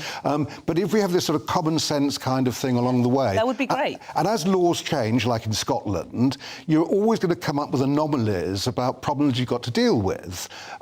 So, in fact, you know, there was the unfortunate case of a rapist ending up in a women's jail. That has now been changed. Yeah, but an SNP minister in the papers today asked again, was Isla Blair male or female? Couldn't answer. Hang on. He raped 2 women and then identified as a woman and bizarrely was put in a woman's-only prison. He's a complete man from top to toe. How difficult is that to answer? Well, I think that is difficult to answer. The point basically is... He hasn't had anything removed. She should not be in a woman's jail. That's the important thing. How can an SNP minister not know whether a man who raped 2 women is a man or a woman just because he now calls himself Isla? And that's where common sense has gone. It's gone too far. You want common sense. Where's your common sense? Well, it's simply because you're moving the argument on one stage further. Is he a he or a she? He's a he. Biologically, he's a he. Yeah. So why can't you say if he is self-identifying as a she, that makes things rather different. The point here is he or she should not be in a woman's prison after raping women. He is a he. Yeah, he shouldn't be in women's prison. He shouldn't be in a women's prison, and that's what he's a he. Anyone that's a he should not be in a women's prison. Should we talk about lazy civil servants? Oh, yes. How long have we got? How long have this we is going to be fun. So civil servants are demanding a 4-day working week without losing any pay. Of course they are. Yeah. Well, I thought they already got that. Yeah, well, why is everyone so against this idea of a 4-day working week? Because we're paying them. And if they're civil servants, they're being paid by the taxpayer. That's right. But what if their productivity goes up? 61 companies, for instance, have been experimenting with a 4-day week. It's part of the post-COVID reset to see if there are different working arrangements. So flexible working has now come in for an awful lot of people. It seems to be working, not in every case, but seems to be working. Civil servants are no different from anybody else. If their productivity can remain the same or go up. The question is, therefore, what were they doing before? How are they wasting their time on a 5-day week? Well, it may be they're more motivated by doing a 4. They should be motivated by the fact that they're on a really safe job with a great pension and a fantastic salary. Can I just say that the civil service suffers from low productivity? Yeah. Full stop. So we already know that they're lazy and they're not doing their job. Not all of them.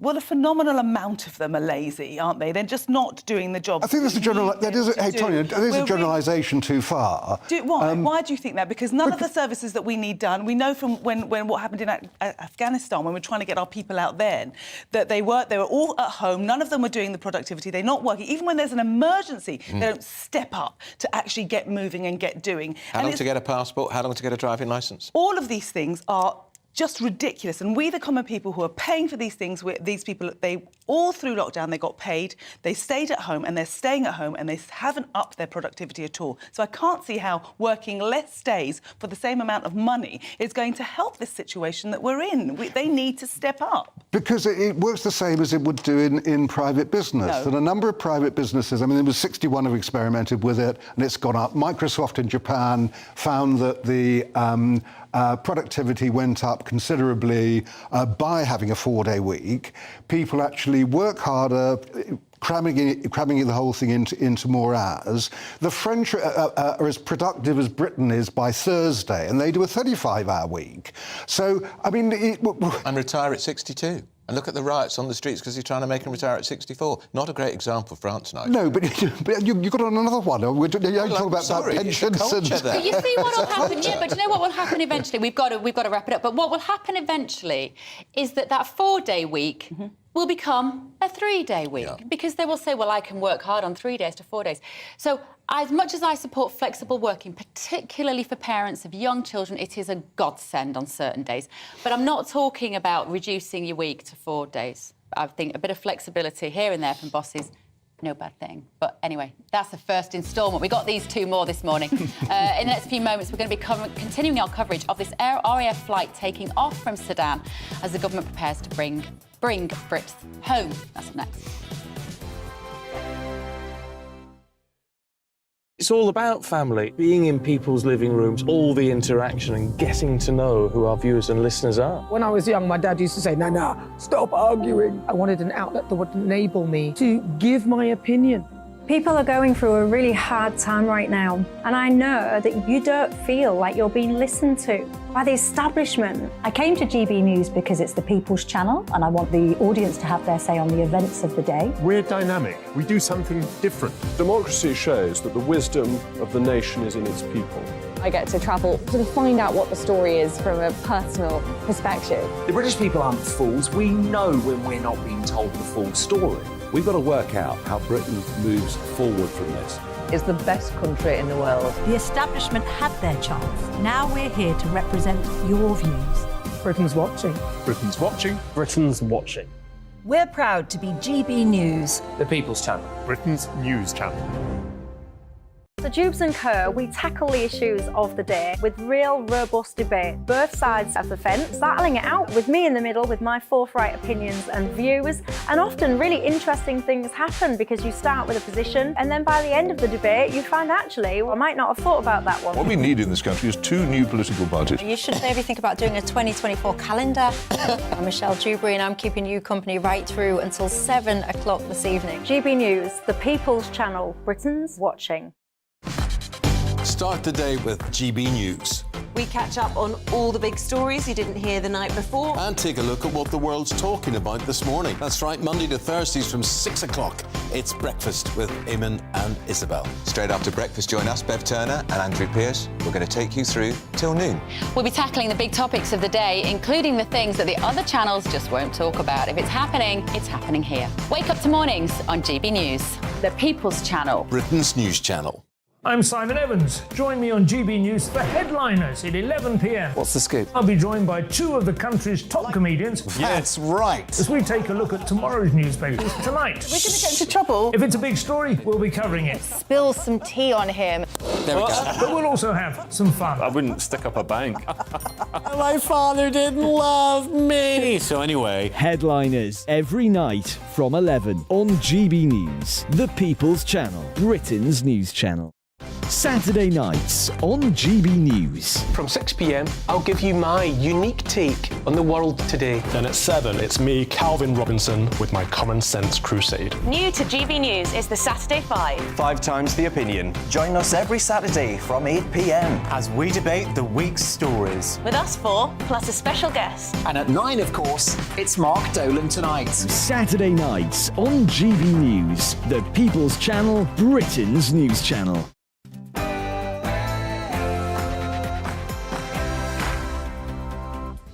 Good morning and welcome to The Point on GB News with me, Andrew Pearce, and Bev Turner. So, breaking news, just on your screen here, this is the first RAF flight carrying British citizens which has taken off from Sudan as a mass evacuation gets underway.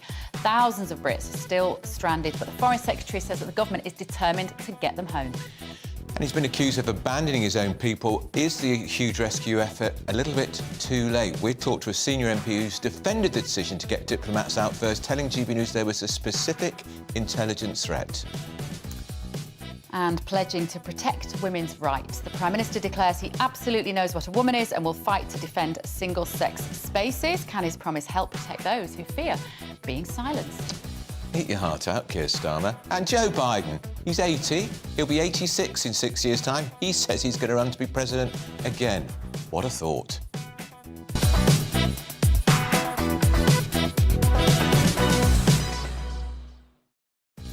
It's terrifying, that. Is that the best they can do? Honestly. Well, it was bad enough last time, Biden versus Trump, and now we're going to have Biden versus Trump. Maybe Trump. Right, let us know your thoughts on everything we are talking about today. GB News at gbnews.uk. Tonya and Nigel Nelson will be back in the studio as well.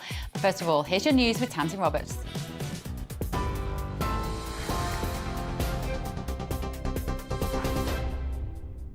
Bev, thank you. Good morning from the GB newsroom. It's 1 minute past 11. An RAF flight has left Sudan, reportedly taking evacuees to a UK airfield in Cyprus. It comes after the Prime Minister announced a large-scale evacuation of British nationals from the country. RAF flights leaving outside the capital Khartoum will be open to British passport holders, with priority being given to the most vulnerable. Around 2,000 British citizens have already registered in Sudan with the Foreign Office after a 72-hour ceasefire between Sudanese army and the paramilitary group Rapid Support Forces was announced. The Foreign Secretary, James Cleverly, says the UK has been contacting British nationals directly with evacuation routes. The truth is that we cannot predict how the situation on the ground will develop. The conflict has, as I say, been unpredictable. It's been volatile. We have said that we are unable to provide escorts from where British nationals are to the airhead. They will have to make their own way there, as indeed has been the case for the nationals of other countries. We will maintain this airhead for as long as we can, but the situation does remain, as I say, dangerous and volatile. Well, Chair of the Foreign Affairs Committee, Alicia Kearns, told GB News the focus is now getting UK nationals to safety. There was an explicit and immediate serious threat to the lives of our diplomatic staff and to those of any diplomatic office within Khartoum. That is why you saw all of our allied partners decide to withdraw their diplomats immediately, because the threat was so severe. However, that is not to say that we will not see now Foreign Office staff deploying alongside the military, what we call rapid deployment teams, who will be helping to get British nationals to safety. To other news now, a new report has found online images of children aged as young as 7 being abused has risen by almost 2/3 since 2020. The Internet Watch Foundation says the number of web pages hosting the most extreme material has doubled in recent years, with children under 2 years old suffering the most severe abuse. The Foundation's chief executive says sexual imagery, created of children when they're online, often in their bedrooms, now accounts for almost 4 in every 5 cases reported. The NSPCC has called on the government to ensure website owners are held liable for failing to tackle child sexual abuse on their sites. More than 8 million households will start receiving a £301 cost of living support payment from the government today. It's the first of 3 payments totalling up to £900 for those eligible on benefits such as universal credit or pension credit. The Department for Work and Pensions will send payments automatically and directly to recipients' bank accounts. More than 100 politicians from around the world are calling on the government to drop its anti-strike bill. 121 politicians from countries including Australia, France, Germany and Spain have signed a statement criticising the legislation. If passed, the bill would force unions to agree minimum levels of service during strikes. The government says its purpose is to protect the lives and livelihoods of the public. Grocery inflation has dipped slightly this month, but consumers are still paying more than this time last year. Figures from Kantar show the rate of which prices increase has slowed to 17.3% from 17.5%. Supermarket own label sales are up 13.5% year on year, with the very cheapest value line soaring by 46%. Online grocery store Ocado says it plans to shut its oldest distribution centre, affecting around 2,300 workers. The company says it's going to shift towards robotic warehouses. The group are closing the site in Hadfield in Hertfordshire later this year, with plans to open a new automated warehouse in Luton next year. The latest hearing in Prince Harry's legal battles with the UK press is taking place at the High Court in London today. The Duke of Sussex is suing News Group newspapers, the publisher of The Sun and the now-defunct News of the World, over alleged unlawful information gathering. The hearing is expected to last for 3 days.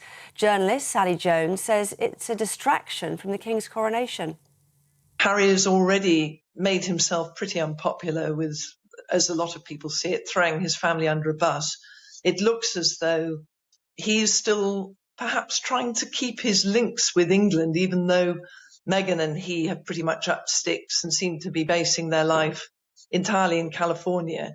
He wants to draw attention to what he sees as wrongdoing by the tabloids. But I think it's also going to be a terrible distraction from what ought to be a joyous occasion, you know, the King's coronation, just 10 days beforehand. The number of books being read by children in the UK rose by almost a quarter last year. Research from the What Kids Are Reading report found it's because social media trends, such as TikTok, are helping shape reading habits. It found that pupils read over 27 million books in the academic year. That's 24% more than the year before. This is GB News. More from me shortly. Now, though, it's back to Andrew and Bev.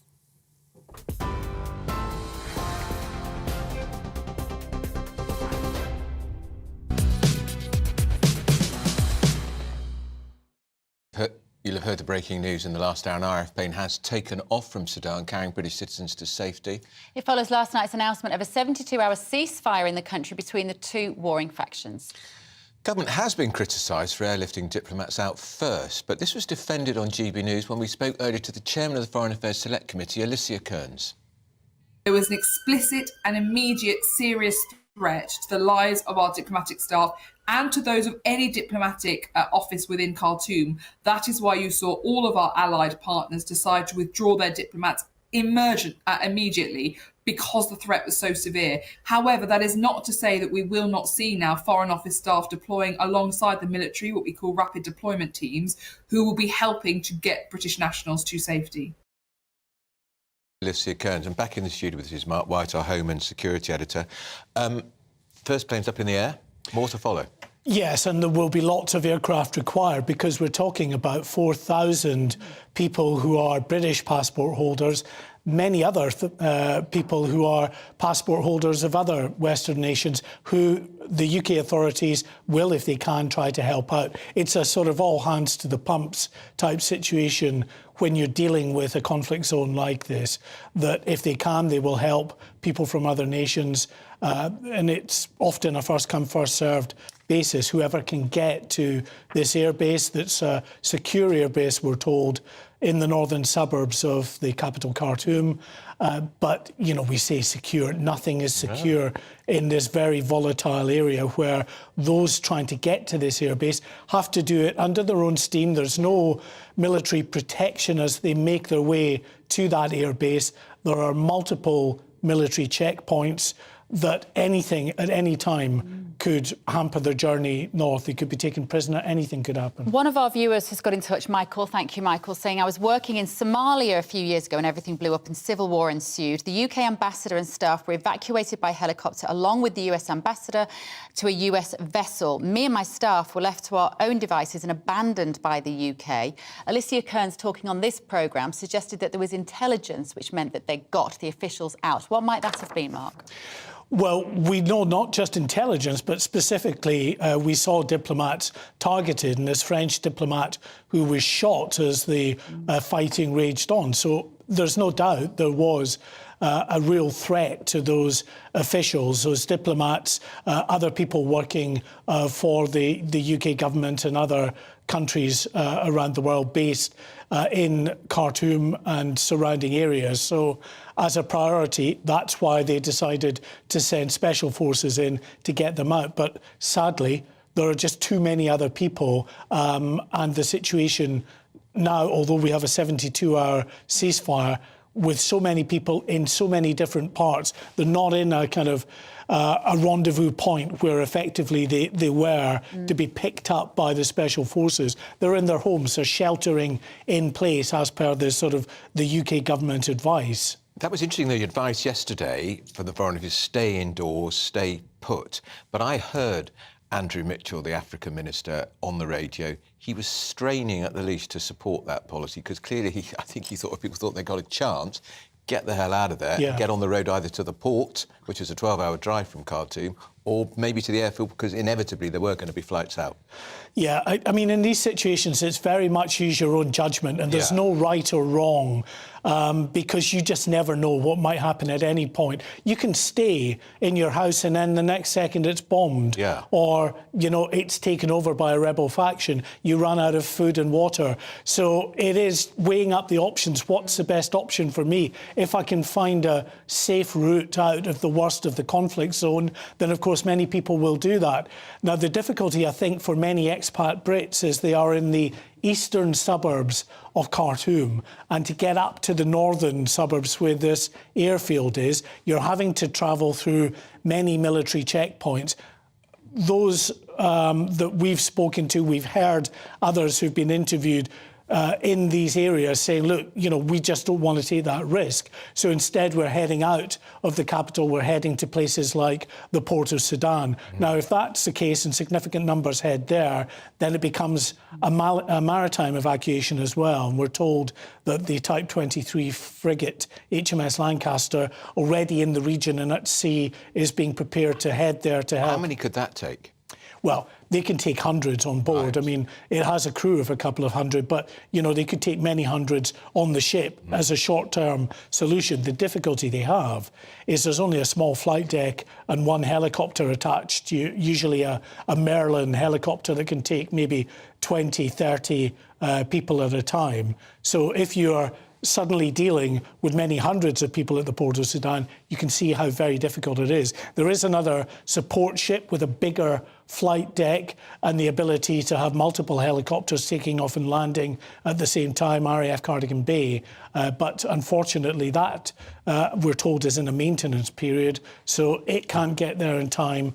As always, you know, there are multiple nations here that have maritime assets that would be able to help. And as I say, it's everybody helping each other in these situations. This might be a bit of a mean question mark, but I always assume that you know everything. You normally do. If there must be nearly 5,000 Brits that live in Sudan at any given point, are they mainly employed in the oil and gas industries? Yeah, many of them employed in the oil and gas industry. Many people out there doing teaching jobs or working in the medical services. Quite a lot of universities in Sudan. Yeah, so it's like you would find in any sort of developing country where there's a burgeoning, of course, there's a well-developed oil and gas sector there that many Western citizens are involved in. But yes, there's the medical services, the charities, all of these groups in Sudan will have Western employees. And the British numbers have been swelled to 4,000 because so many are on holiday with family because of Eid. Yeah, and I think probably out of all the nations, there are more Brits across there, British passport holders, than any other nation outside that region. So it is a significant and specific problem that we're facing. We're told that up to maybe 1,400 military personnel from the UK may be involved in these efforts in the days ahead. That's easy to see because you need the sort of logistics, supply chains to be able to get all of... Yeah, well, you're going to have all of these transport aircraft maintained and turned around, potentially, you know, naval personnel involved as well.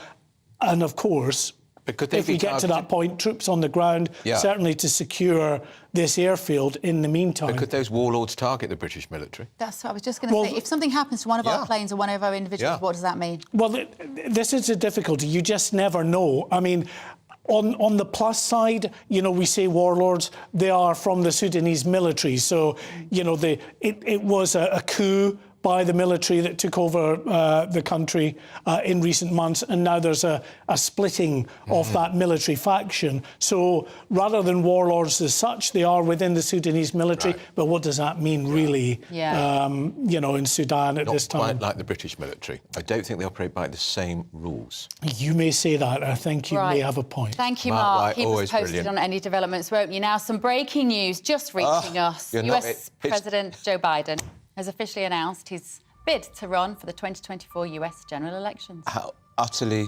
depressing is that? Well, yeah, I mean, I sort of have no words, really, when it comes to this. The man is incapable, he's incompetent. He is, I believe, my own opinion, I believe his family are completely corrupt. They are bought by the corporate But I think America. he should be forced to be put through a cognitive test of his abilities before he's allowed to run for this great office. And imagine how that would go down with the elderly voters of the Democratic Party. I know. We're looking at the campaign video here. This is Joe Biden walking around, shaking hands, presumably somebody in the background telling him where he is and what he has to do. Yeah. He'll have his notes saying, turn left, turn right, your name is Joe Biden, you're the President of the United States.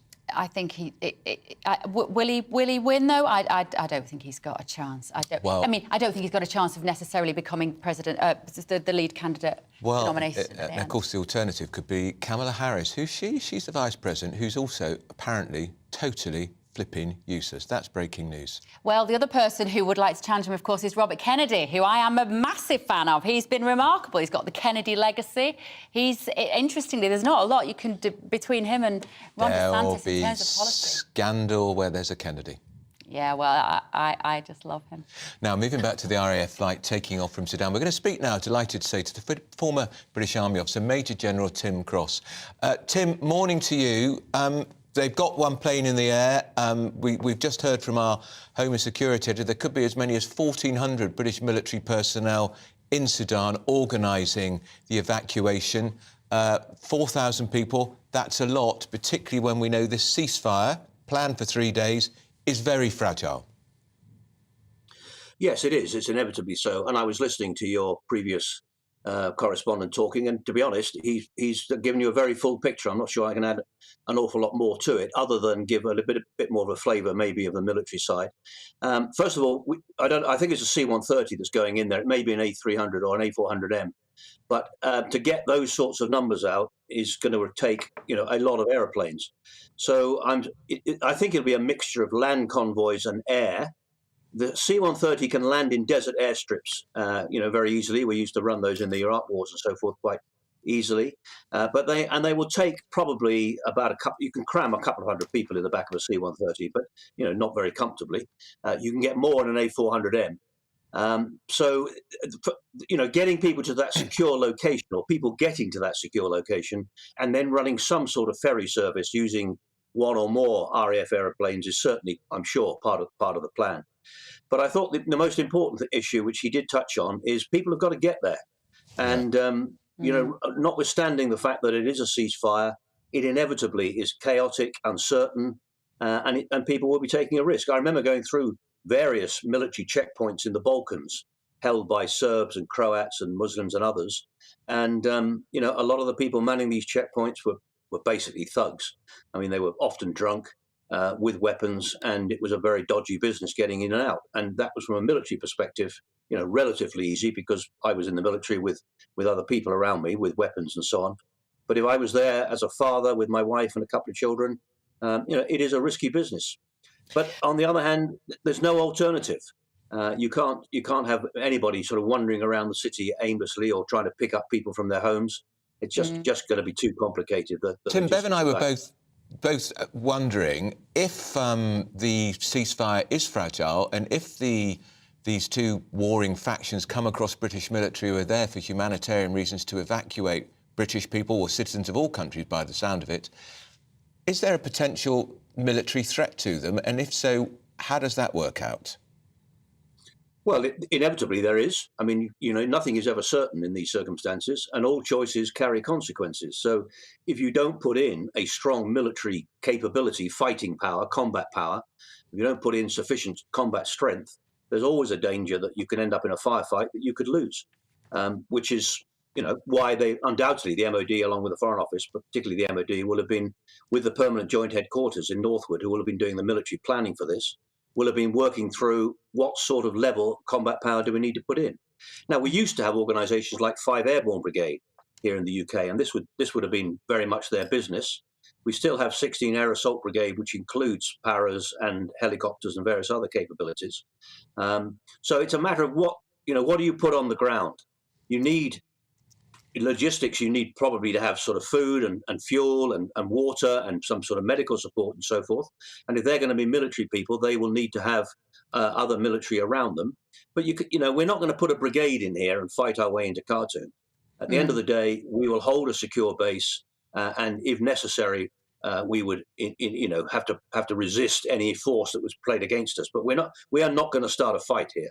And we will only respond if somebody else tries to give us a hard time. And frankly, I don't think they will. I think there's so many other military people there from other nationalities, French and American in particular, that they would be stupid to start a fight because they'll lose. Let's hope you're right, Tim. Former British Army officer Major General Tim Cross there. Well, that's reassuring, isn't it? It is reassuring. You just don't know. Sort of mildly reassuring, but you just don't know, and it is a very volatile situation. You've been getting in touch about. We were discussing civil servants going on a 4-day week, and they don't agree with Nigel Bimin Nelson. Thank you very much, Nigel, because you'll be listening out there in the green room. Well, Darren has said civil servants 4-day week. Give me a break. I crossed their paths on numerous occasions. They're nowhere near as productive as they should be. Tina says they need to get back into their offices. They don't know about 4 days, more like 6-day weeks if the county planning department's ready to go by. Right, and Carol, you've hit the nail on the head. They're nearly all working from home as it is. DVLA now use bots. No one takes any phone calls. No. Even housing associations are the same. It is a real scandal. They've not been made to return to work. And here's the thing, Bev, if they work in London, they're paid a very generous London waiting allowance by the taxpayer. They're keeping it, even though they're working from home a lot. Yeah, I know. Can we have some of that back then, please? Absolutely. No, it just makes my blood boil, all of this. Anyway, still to come. Ofsted's Chief Inspector has admitted that there is a culture of fear around school inspections. Well, there has to be, doesn't there? Otherwise, what's their job? You're with GBNews.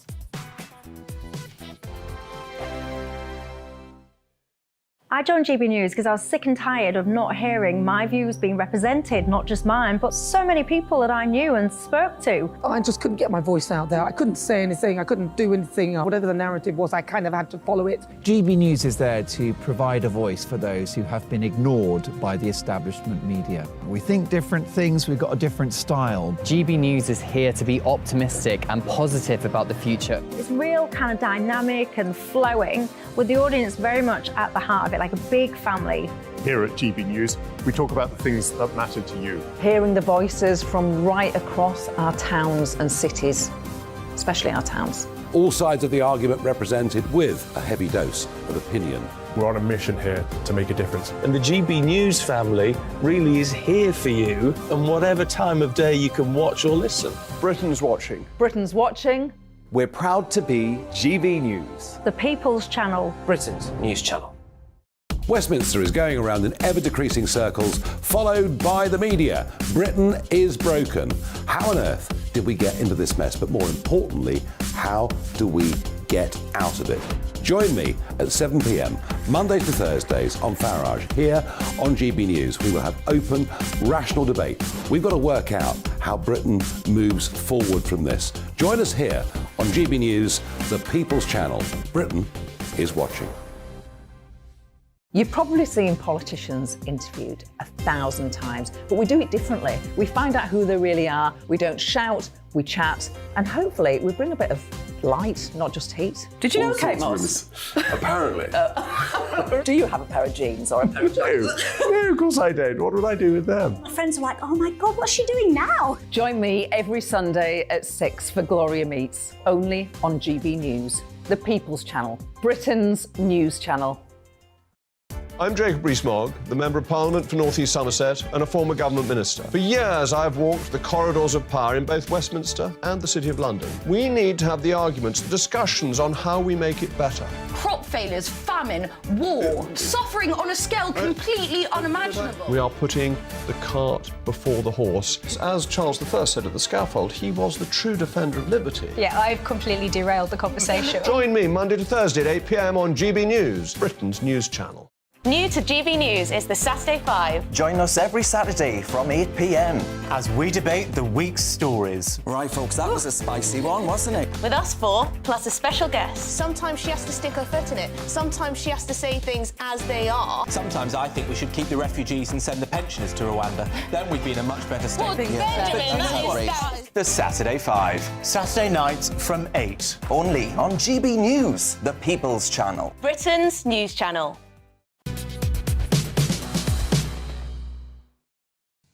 Good morning. It is 11:25. You're with GB News. To the point with me, Bev Turner and Andrew Pearce.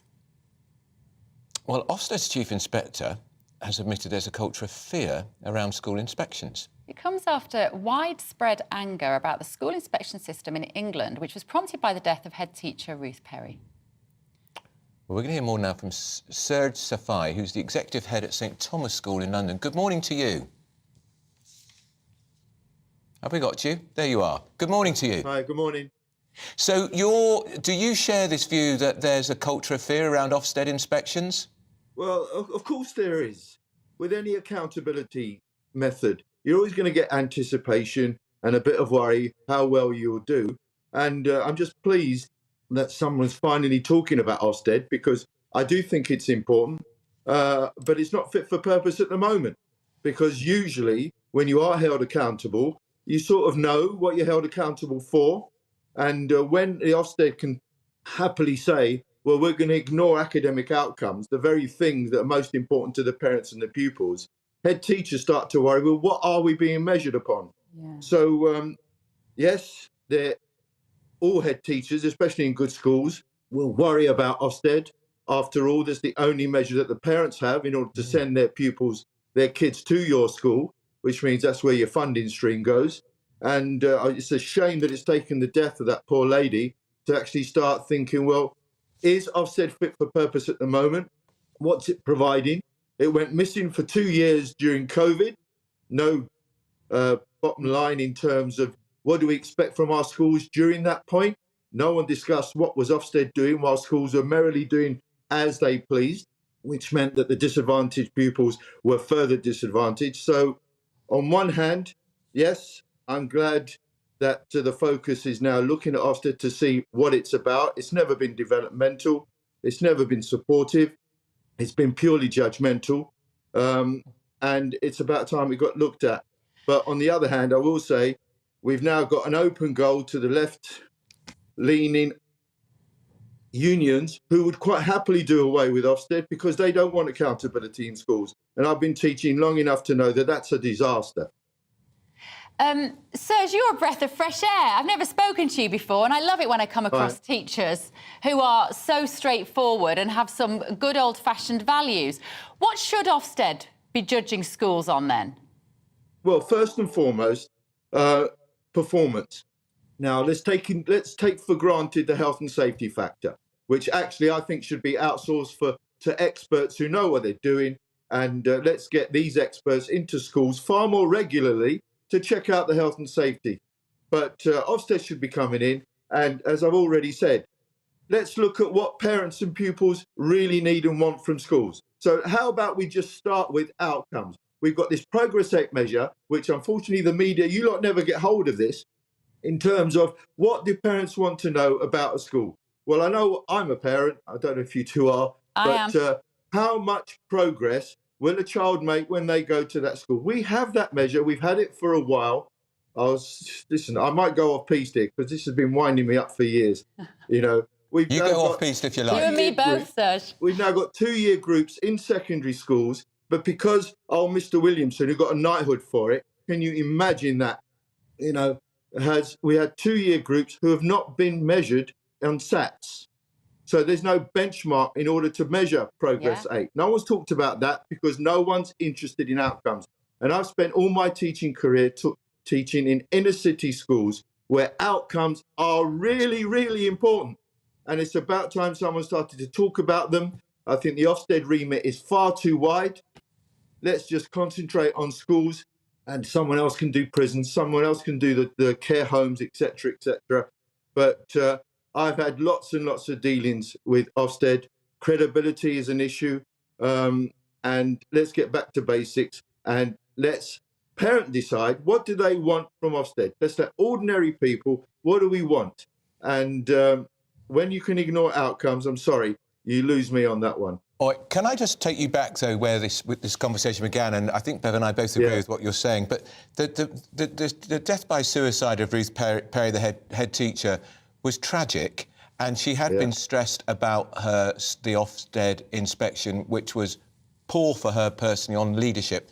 But nobody's seriously suggesting, are they, that a suicide is a result of an Ofsted inspection? These things, as you know, they're much more multi-layered, much more complex. But it seems Ofsted has been blamed for that. Now that the media's got hold of it now, so of course they will want to make things very simple. There's got to be other things going on. You know, I'm really sorry for the family, and it might have been the straw that broke the camel's back or whatever. But, you know, I can't. I agree with you, Andrew. I don't believe this is a single issue for the lady. I don't know her. It's just sad. But certainly, Ofsted is stressful. The threat of Ofsted is stressful. And the outcomes of a poor Ofsted are huge for any school. And it shouldn't be underestimated. But it would be helpful if what Ofsted came in and measured. At the moment, they're coming in and looking at the curriculum. It's all curriculum based. And once again, they're forgetting the quality side of things as opposed to what's being taught. How about they concentrate on how well it's being taught? Wouldn't that be a breath of fresh air? But Serge, I agree with you, Andrew. There's more to that other story. But if it has brought to light and a conversation about education at the moment and the last 3 years, well, I, for one, you know, am pleased about that, but terribly sorry that it's happened. Absolutely. You're the executive head at St Thomas's in London. What does that mean? What's your school like? Well, it means a lot of things. Up until September, I was head teacher at Sacred Heart School in Camberwell. Over the years, I've been drawn into helping out schools that have most probably had a terrible inspection and so on. So you get sucked into helping and supporting, and then unfortunately you get to making certain decisions, and then you're stuck with, you've got 900, you've got 1,000 kids to worry about.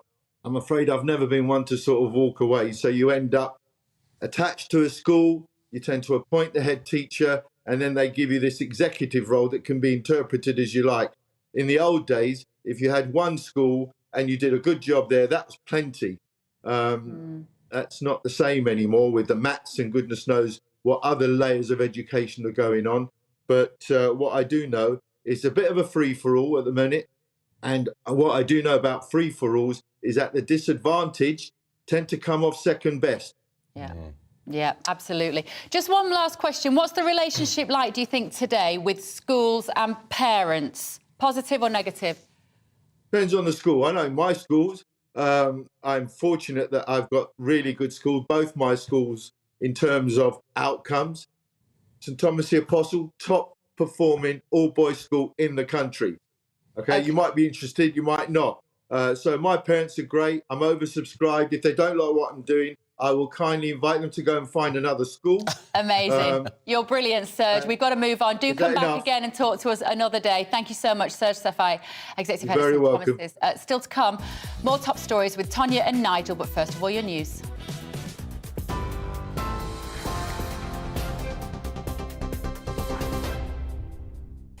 Thanks very much. It's 11:34. Here's the latest from the GB newsroom. President Joe Biden has officially announced he's running for re-election in 2024. He's released a campaign video saying the next election will be a fight for democracy and personal freedom. The US president also confirmed that Vice President Kamala Harris will again run alongside him. Joe Biden is the oldest president in US history at 80 years old, sparking scepticism among Democrat voters over whether or not he should run a second term. An RAF flight has left Sudan, reportedly taking evacuees to a UK airfield in Cyprus.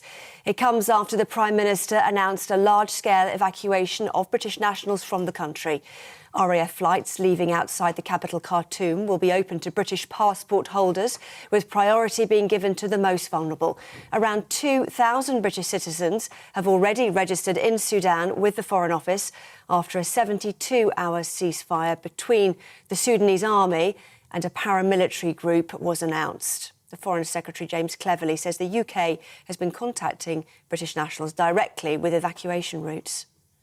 The truth is that we cannot predict how the situation on the ground will develop. The conflict has, as I say, been unpredictable. It's been volatile. We have said that we are unable to provide escorts from where British nationals are to the airhead. They will have to make their own way there, as indeed has been the case for the nationals of other countries. We will maintain this airhead for as long as we can, but the situation does remain, as I say, dangerous and volatile. A new report has found online images of children as young as 7 being sexually abused has risen by almost 2/3 since 2020. The Internet Watch Foundation says the number of web pages hosting the extreme material has doubled in recent years, with children under 2 years old suffering the most severe abuse. The NSPCC has called on the government to ensure website owners are held liable for failing to tackle child sex abuse on their sites. More than 8 million households will start receiving a £301 cost of living support payment from the government today. It's the first of 3 payments totalling £900 for those eligible on benefits such as universal credit or pension credit. The Department for Work and Pensions will send payments automatically and directly to recipients' bank accounts. TV, online, DAB digital and TuneIn radio. This is GB News.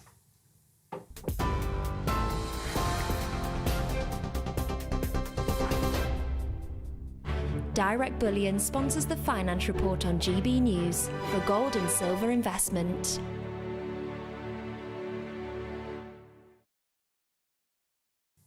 Here's a quick snapshot of today's markets. The pound will buy you $1.2472 and €1.1307.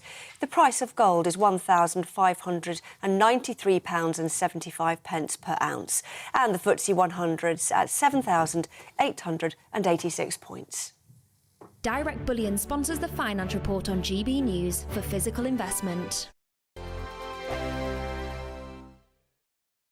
Monday to Thursday nights on GB News. At 6, it's Dubes & Co. 7 o'clock, Farage. At 8, join Jacob Rees-Mogg. And at 9, Dan Wootton Tonight, followed by Headliners. On TV, radio and online. This is GB News. First and foremost, I am a GB News fan, and I was before I was working here. Just love the fact that we're asking the questions that a lot of establishment media won't ask. With a bit of a twist, we not only want to inform you, but we want to keep you entertained. It's worth the drive because you get in and the team's all ready and waiting, they're itching to go, and it's a proper little family. GB News is the People's Channel. It's the audience that makes the programme sing. We're giving our viewers and our listeners a voice. I see the thousands of your letters, tweets, emails, you name it, coming in. Britain is broken. How on earth did we get into this mess? But more importantly, how do we get out of it? The establishment had their chance. Now we're here to represent you. It's time for something different. It's time for GB News. I'm very patriotic. I believe in Britain. Our best days lie ahead. Britain's watching. Britain's watching. Join us here on GB News. The People's Channel. Britain's news channel.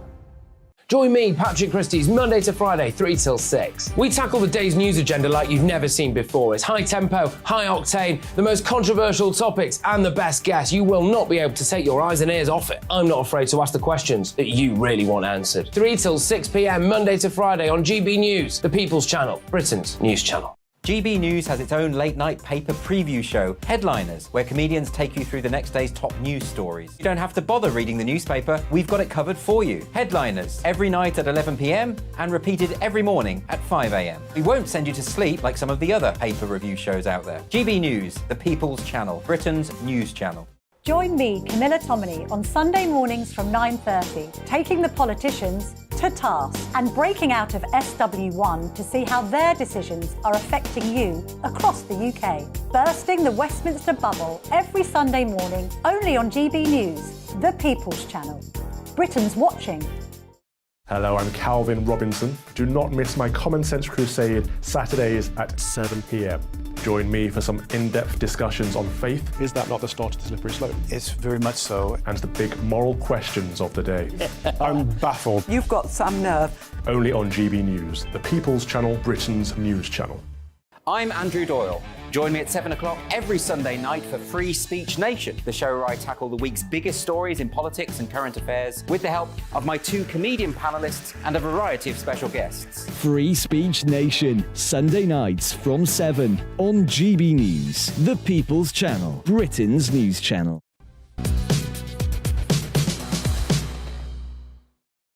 10:40 now on GB News. Now, many of you might think you've still got a book in you. Well, you might think perhaps that ship has sailed. Well, think again.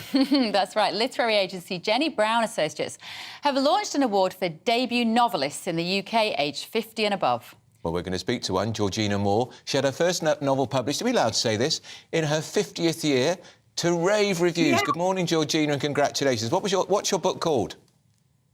It's called The Garnet Girls. And yes, it was published this year, and I am now 50.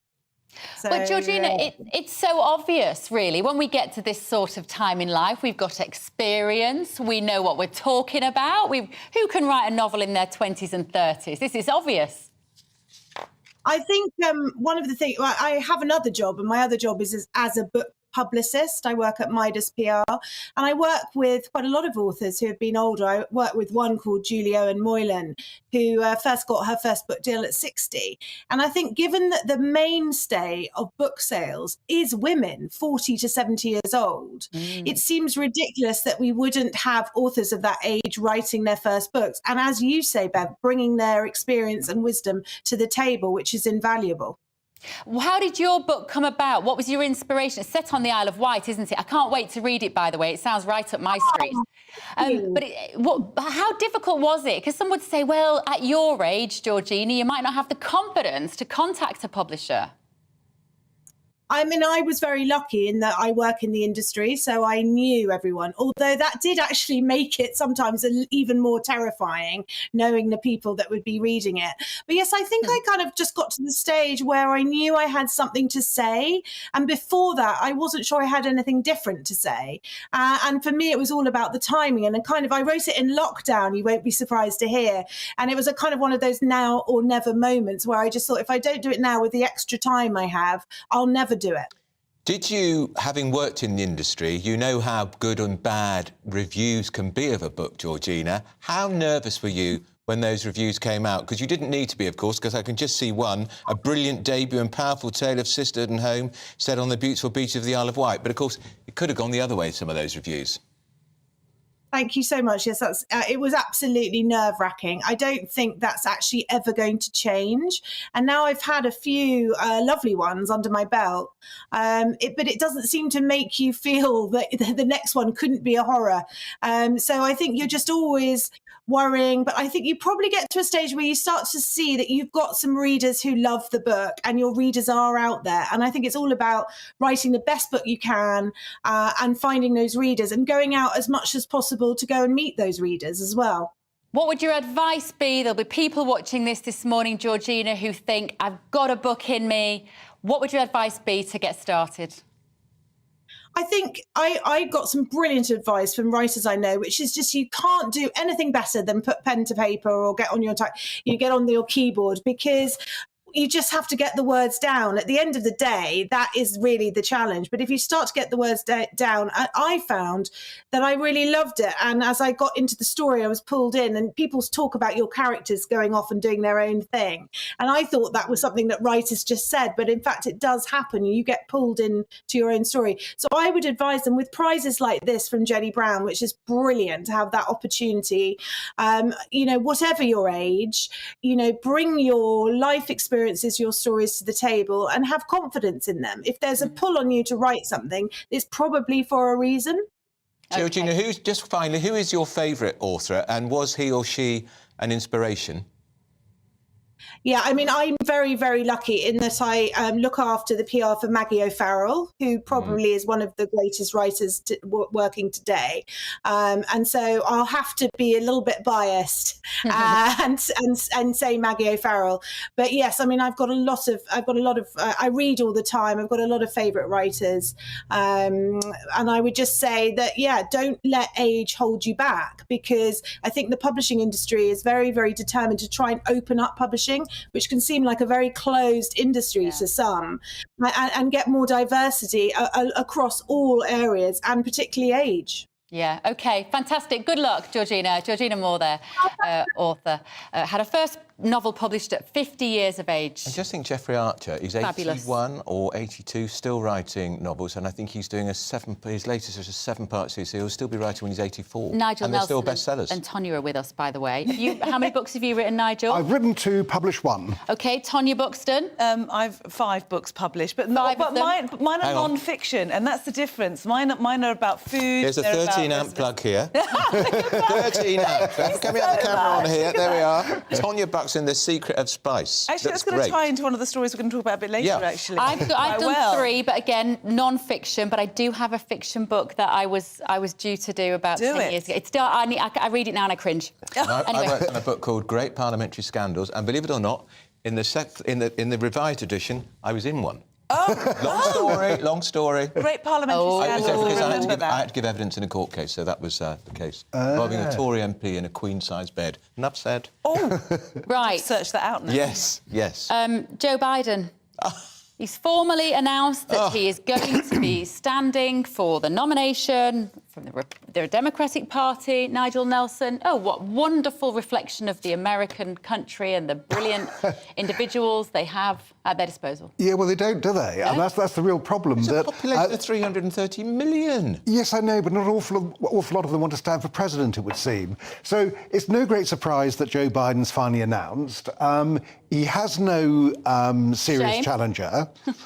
Sorry. No, he has no shame. I finished his sentence. Yeah, I mean, I think that he didn't actually live up to the promise, but he hasn't been a disaster. Oh, and nice. I think if you put someone like Donald Trump back in, and it could well be that Joe Biden will face Donald Trump, I'd much rather see Biden in the White House than I would Trump. Tonya Buxton nearly fell off her stool, Nigel, when you said he's not been a disaster. I don't know whether you've seen his election film, Tonya. He's running on a freedom ticket. He starts out by saying freedom is the most important thing. What worries me and what puts a chill into my spine is that this man is clearly, in my opinion, please let me add that caveat, not doing anything. He is not running anything. He can just about get out of bed and go to the loo and not be incontinent. What worries me is who is pulling his strings and putting him forward. That is what I have a great concern about. Is it the First Lady or somebody more sinister? No. I personally think it's more sinister than even her. But, you know, they've been, in my opinion, seem to be corrupt. He clearly can't string a sentence together. No. He's shaking hands with thin air. The poor man should be put out to pasture. I mean, if he does run again, he'll be 82 when he runs in his second inauguration. He'll be 86 by the time he finishes. He cannot do this job. And as for being worse than Trump, look, I don't like any American president, but actually Trump has a much better record than Biden by a long shot. Nigel, he's not a young 80. The trouble is, he's not even a young 80. No, I appreciate that. He's an old 80. He could be 92. Yeah, I know, I appreciate that, but I don't think you row people out on the basis of their age. So we have seen he's made the several gaffes. He didn't go down that well over in Ireland with a lot of mistakes over there. Got the All Blacks mixed up with the black and tan. I know, that's what I mean. I understand that. Unbelievable. But the idea of having somebody like Trump back, I think you've got to work on the basis of the way American politics works, and because you're only ending up with effectively two people sort of fighting each other, the danger of Trump coming back, I think Biden would beat Trump, and I'd rather see Trump beaten than have a new Kennedy. Don't you think we need two completely different candidates? If that was possible, certainly, but if there's no one out on the horizon... Biden and Robert Kennedy, Tonya. Not Biden, sorry. Ron DeSantis. Ron DeSantis and Robert Kennedy. Absolutely. Is he the one who's the envoy in Northern Ireland at the moment? That one? Kennedy? Yeah, there is a Kennedy who's no, is he is the, he does the free speech. He's the nephew of the assassinated. Yeah, that's right. Kennedy. Yeah, that's right. And he has been a massive advocate for freedom, for the wrongs of lockdowns. Yeah. They write him off as the children. anti-vaxxer, is how the papers will describe him, because he's always taken on the pharmaceutical industries. Well, he he's won't taken get them it, on then. for decades, Well, he won't and he get it. won't get it. No. But he has a huge following. Yeah. Yeah, Really I mean, does. I think what you want, especially in America, is somebody who can run an administration. And it may work. Tony may be right. There could be other people there who are effectively running the government. But that's my point, point really, because there have been no disasters, and on that basis. What about the war in Russia and Ukraine? That for me, Biden doesn't show any incentive to try to stop it. He just appears to be pumping billions and billions of dollars of taxpayers' money with no plan in sight for any sort of resolution. To stop it. I mean, the trouble with that war is how do you stop it without any kind of direct military intervention, which would lead to a nuclear war. So at the moment, Biden is following the policy the rest of the West is, Europe, Britain, to try and give the Ukrainians the wherewithal to win that war. Does he have to keep, politically, Kamala Harris, probably the worst vice president the United States has ever had? Terrible. Does he have to keep her on the ticket because she's a black woman? Yes, probably. But isn't that terrible? But not just because Which means if he does, reason. if he does keel over because he's old and not healthy looking, she's then the president of the United States. How terrible is that? That she would can't be ridiculous. do the job. We She never cannot- see her. She cannot string a sentence together. No. Well, neither of them can. So there's two people there, the president and vice president, who cannot string a sensible sentence together. It's so worrying that they are the leaders of the free world, the allegedly free world. Yeah. Yeah. Right, OK, let's move on to things a little bit closer to home. Right, you've got your cookbook there, Tonya, 50% or more. That's how much of our daily calorie intake in the UK now typically comes from ultra-processed foods. This is a piece from the Daily Mail. This is a very damning indictment on how we eat in this country. This is so worrying to me. And the problem is that people don't quite understand how damaging ultra-processed foods are and how unregulated they are. So these food producers are making up these food chemicals that go into our food that are completely non-regulated. There's a regulation called GRAS, which is generally recognised as safe. Can you imagine? And it has to get through that regulatory body. But they're so backlogged that they're allowing people to self-regulate the chemicals that they are putting into foods. So our children are eating things that we now are becoming more and more aware that are causing terminal illness, that are causing cancers, that are causing gut biome problems, that are causing diabetes, are causing obesity. And nothing's being done to stop these people. Because it's cheap? Because it's cheap. They're using chemicals instead of whole foods. So they'll take a product and they'll just subtract the chemicals out and they subtract the kind of smells and things out of them, but there's no nutritional quality to them. So we're feeding ourselves with these things. Our bodies don't even know what they're taking in because these are substances that we've never eaten before as humans. The supermarkets are part and parcel of this, aren't they? Absolutely. Yeah, because they make a big virtue of it. And the manufacturers. I mean, I think it was horrifying to learn that if you buy an egg and mayo sandwich in a supermarket, you're taking in 22 different sort of chemicals. Yeah. Isn't the answer then to actually make your own? Yes, I do. And it's fairly easy. I mean, an egg and mayo sandwich will take you about 5 minutes. Nice free range egg. Some of the advice here is quite good. At breakfast, don't have flavoured cereals because they've got the bad things in. Don't have toast. Go and have a Weetabix or porridge or something like that because that's better for you. But not it is a matter of ready-made choice. porridges. You know, the thing is it's snuck into so many things. Yeah. Right, I'm going to be virtuous. I'm going to have a porridge. I'm going to get a porridge pot. I've rushed into work. I'm grabbing that one. But that one is full of But what about a little chemicals. packet, of Quaker oats and you mix it up with milk or water? That's better. Fine. That's fine. That's what I use. But, I've always said this. If you want to increase your diet by 85% minimally, just cook from scratch. Everything needs to be cooked from scratch. And we need to regulate these things. But I'm Mum's not into watching banning. will say, and Dad's watching, I haven't got time. That's what they'll say. I'm not into banning, but I think these new chemicals and additives and products that they're using need to be banned. There was a piece of research last week, Nigel, which accused the government, subsequent governments, successive governments, of fear of nanny statism is why they haven't clamped down on the food industries. I don't think I ever see that changing. There's too much money at stake here. It would take a very brave government to say, I'm going to regulate you and what you can put in your food. Well, I mean, the nanny state argument is a good one, that they shouldn't be nannying us, but they can help you to make informed choices and therefore healthy choices. Yeah. I don't know if that's true because the addiction's really heavy on processed foods. We've just got some breaking news. Prince William, not Harry, has settled a phone hacking claim against Rupert Murdoch's News Group's newspapers for a very large sum as part of a secret agreement. And he's done it just as Prince Harry's proceedings against News Group start today. Cannot be a coincidence. So hang on a minute. So they've both taken the papers to court. William has settled quietly out of court. Privately, out of for a large amount of money, who knows which what. he'll give to charity. And Harry is going to have his day in court and push back, we think. If he wins the legal arguments over But he the has next to, 3 doesn't days. he? Because Netflix need him to do stuff that puts Quite him on right. telly. And so that's why he has to. Because they're sinking without trace. Harry who? Yeah, exactly. As a journalist, editor, Nigel, what do you make of these cases? They should be... It's a long time ago. Should we not have moved on? Yeah, we can't move on. There are too many of them. That they've got to be settled. What happened with hacking was absolutely appalling and disgraceful. And yes, I think that the papers are right to be paying out the kind of money that they are to the victims of that. OK. All right. Thank you both. Nigel Nelson, Tonya Buxton. It's been wonderful. We've come to the end of the show. Coming up next is GB News Live with Mark Longhurst. This is To The Point with Andrew and Bev. We'll be back tomorrow at 9:30. See you then.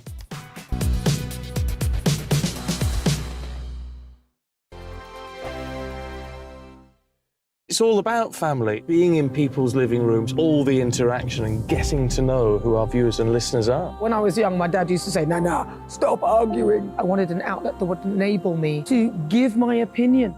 People are going through a really hard time right now, and I know that you don't feel like you're being listened to by the establishment. I came to GB News because it's the People's Channel, and I want the audience to have their say on the events of the day. We're dynamic. We do something different. Democracy shows that the wisdom of the nation is in its people.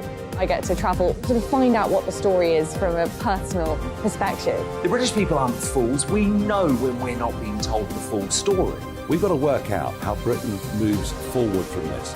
It's the best country in the world. The establishment had their chance. Now we're here to represent your views. Britain's watching. Britain's watching. Britain's watching. We're proud to be GB News. The People's Channel. Britain's news channel. So Jubes & Co, we tackle the issues of the day with real robust debate, both sides of the fence, battling it out with me in the middle with my forthright opinions and views. And often really interesting things happen because you start with a position and then by the end of the debate you find actually, I might not have thought about that one. What we need in this country is 2 new political parties. You should maybe think about doing a 2024 calendar. I'm Michelle Dewberry and I'm keeping you company right through until 7 o'clock this evening. GB News, the People's Channel, Britain's watching. Start the day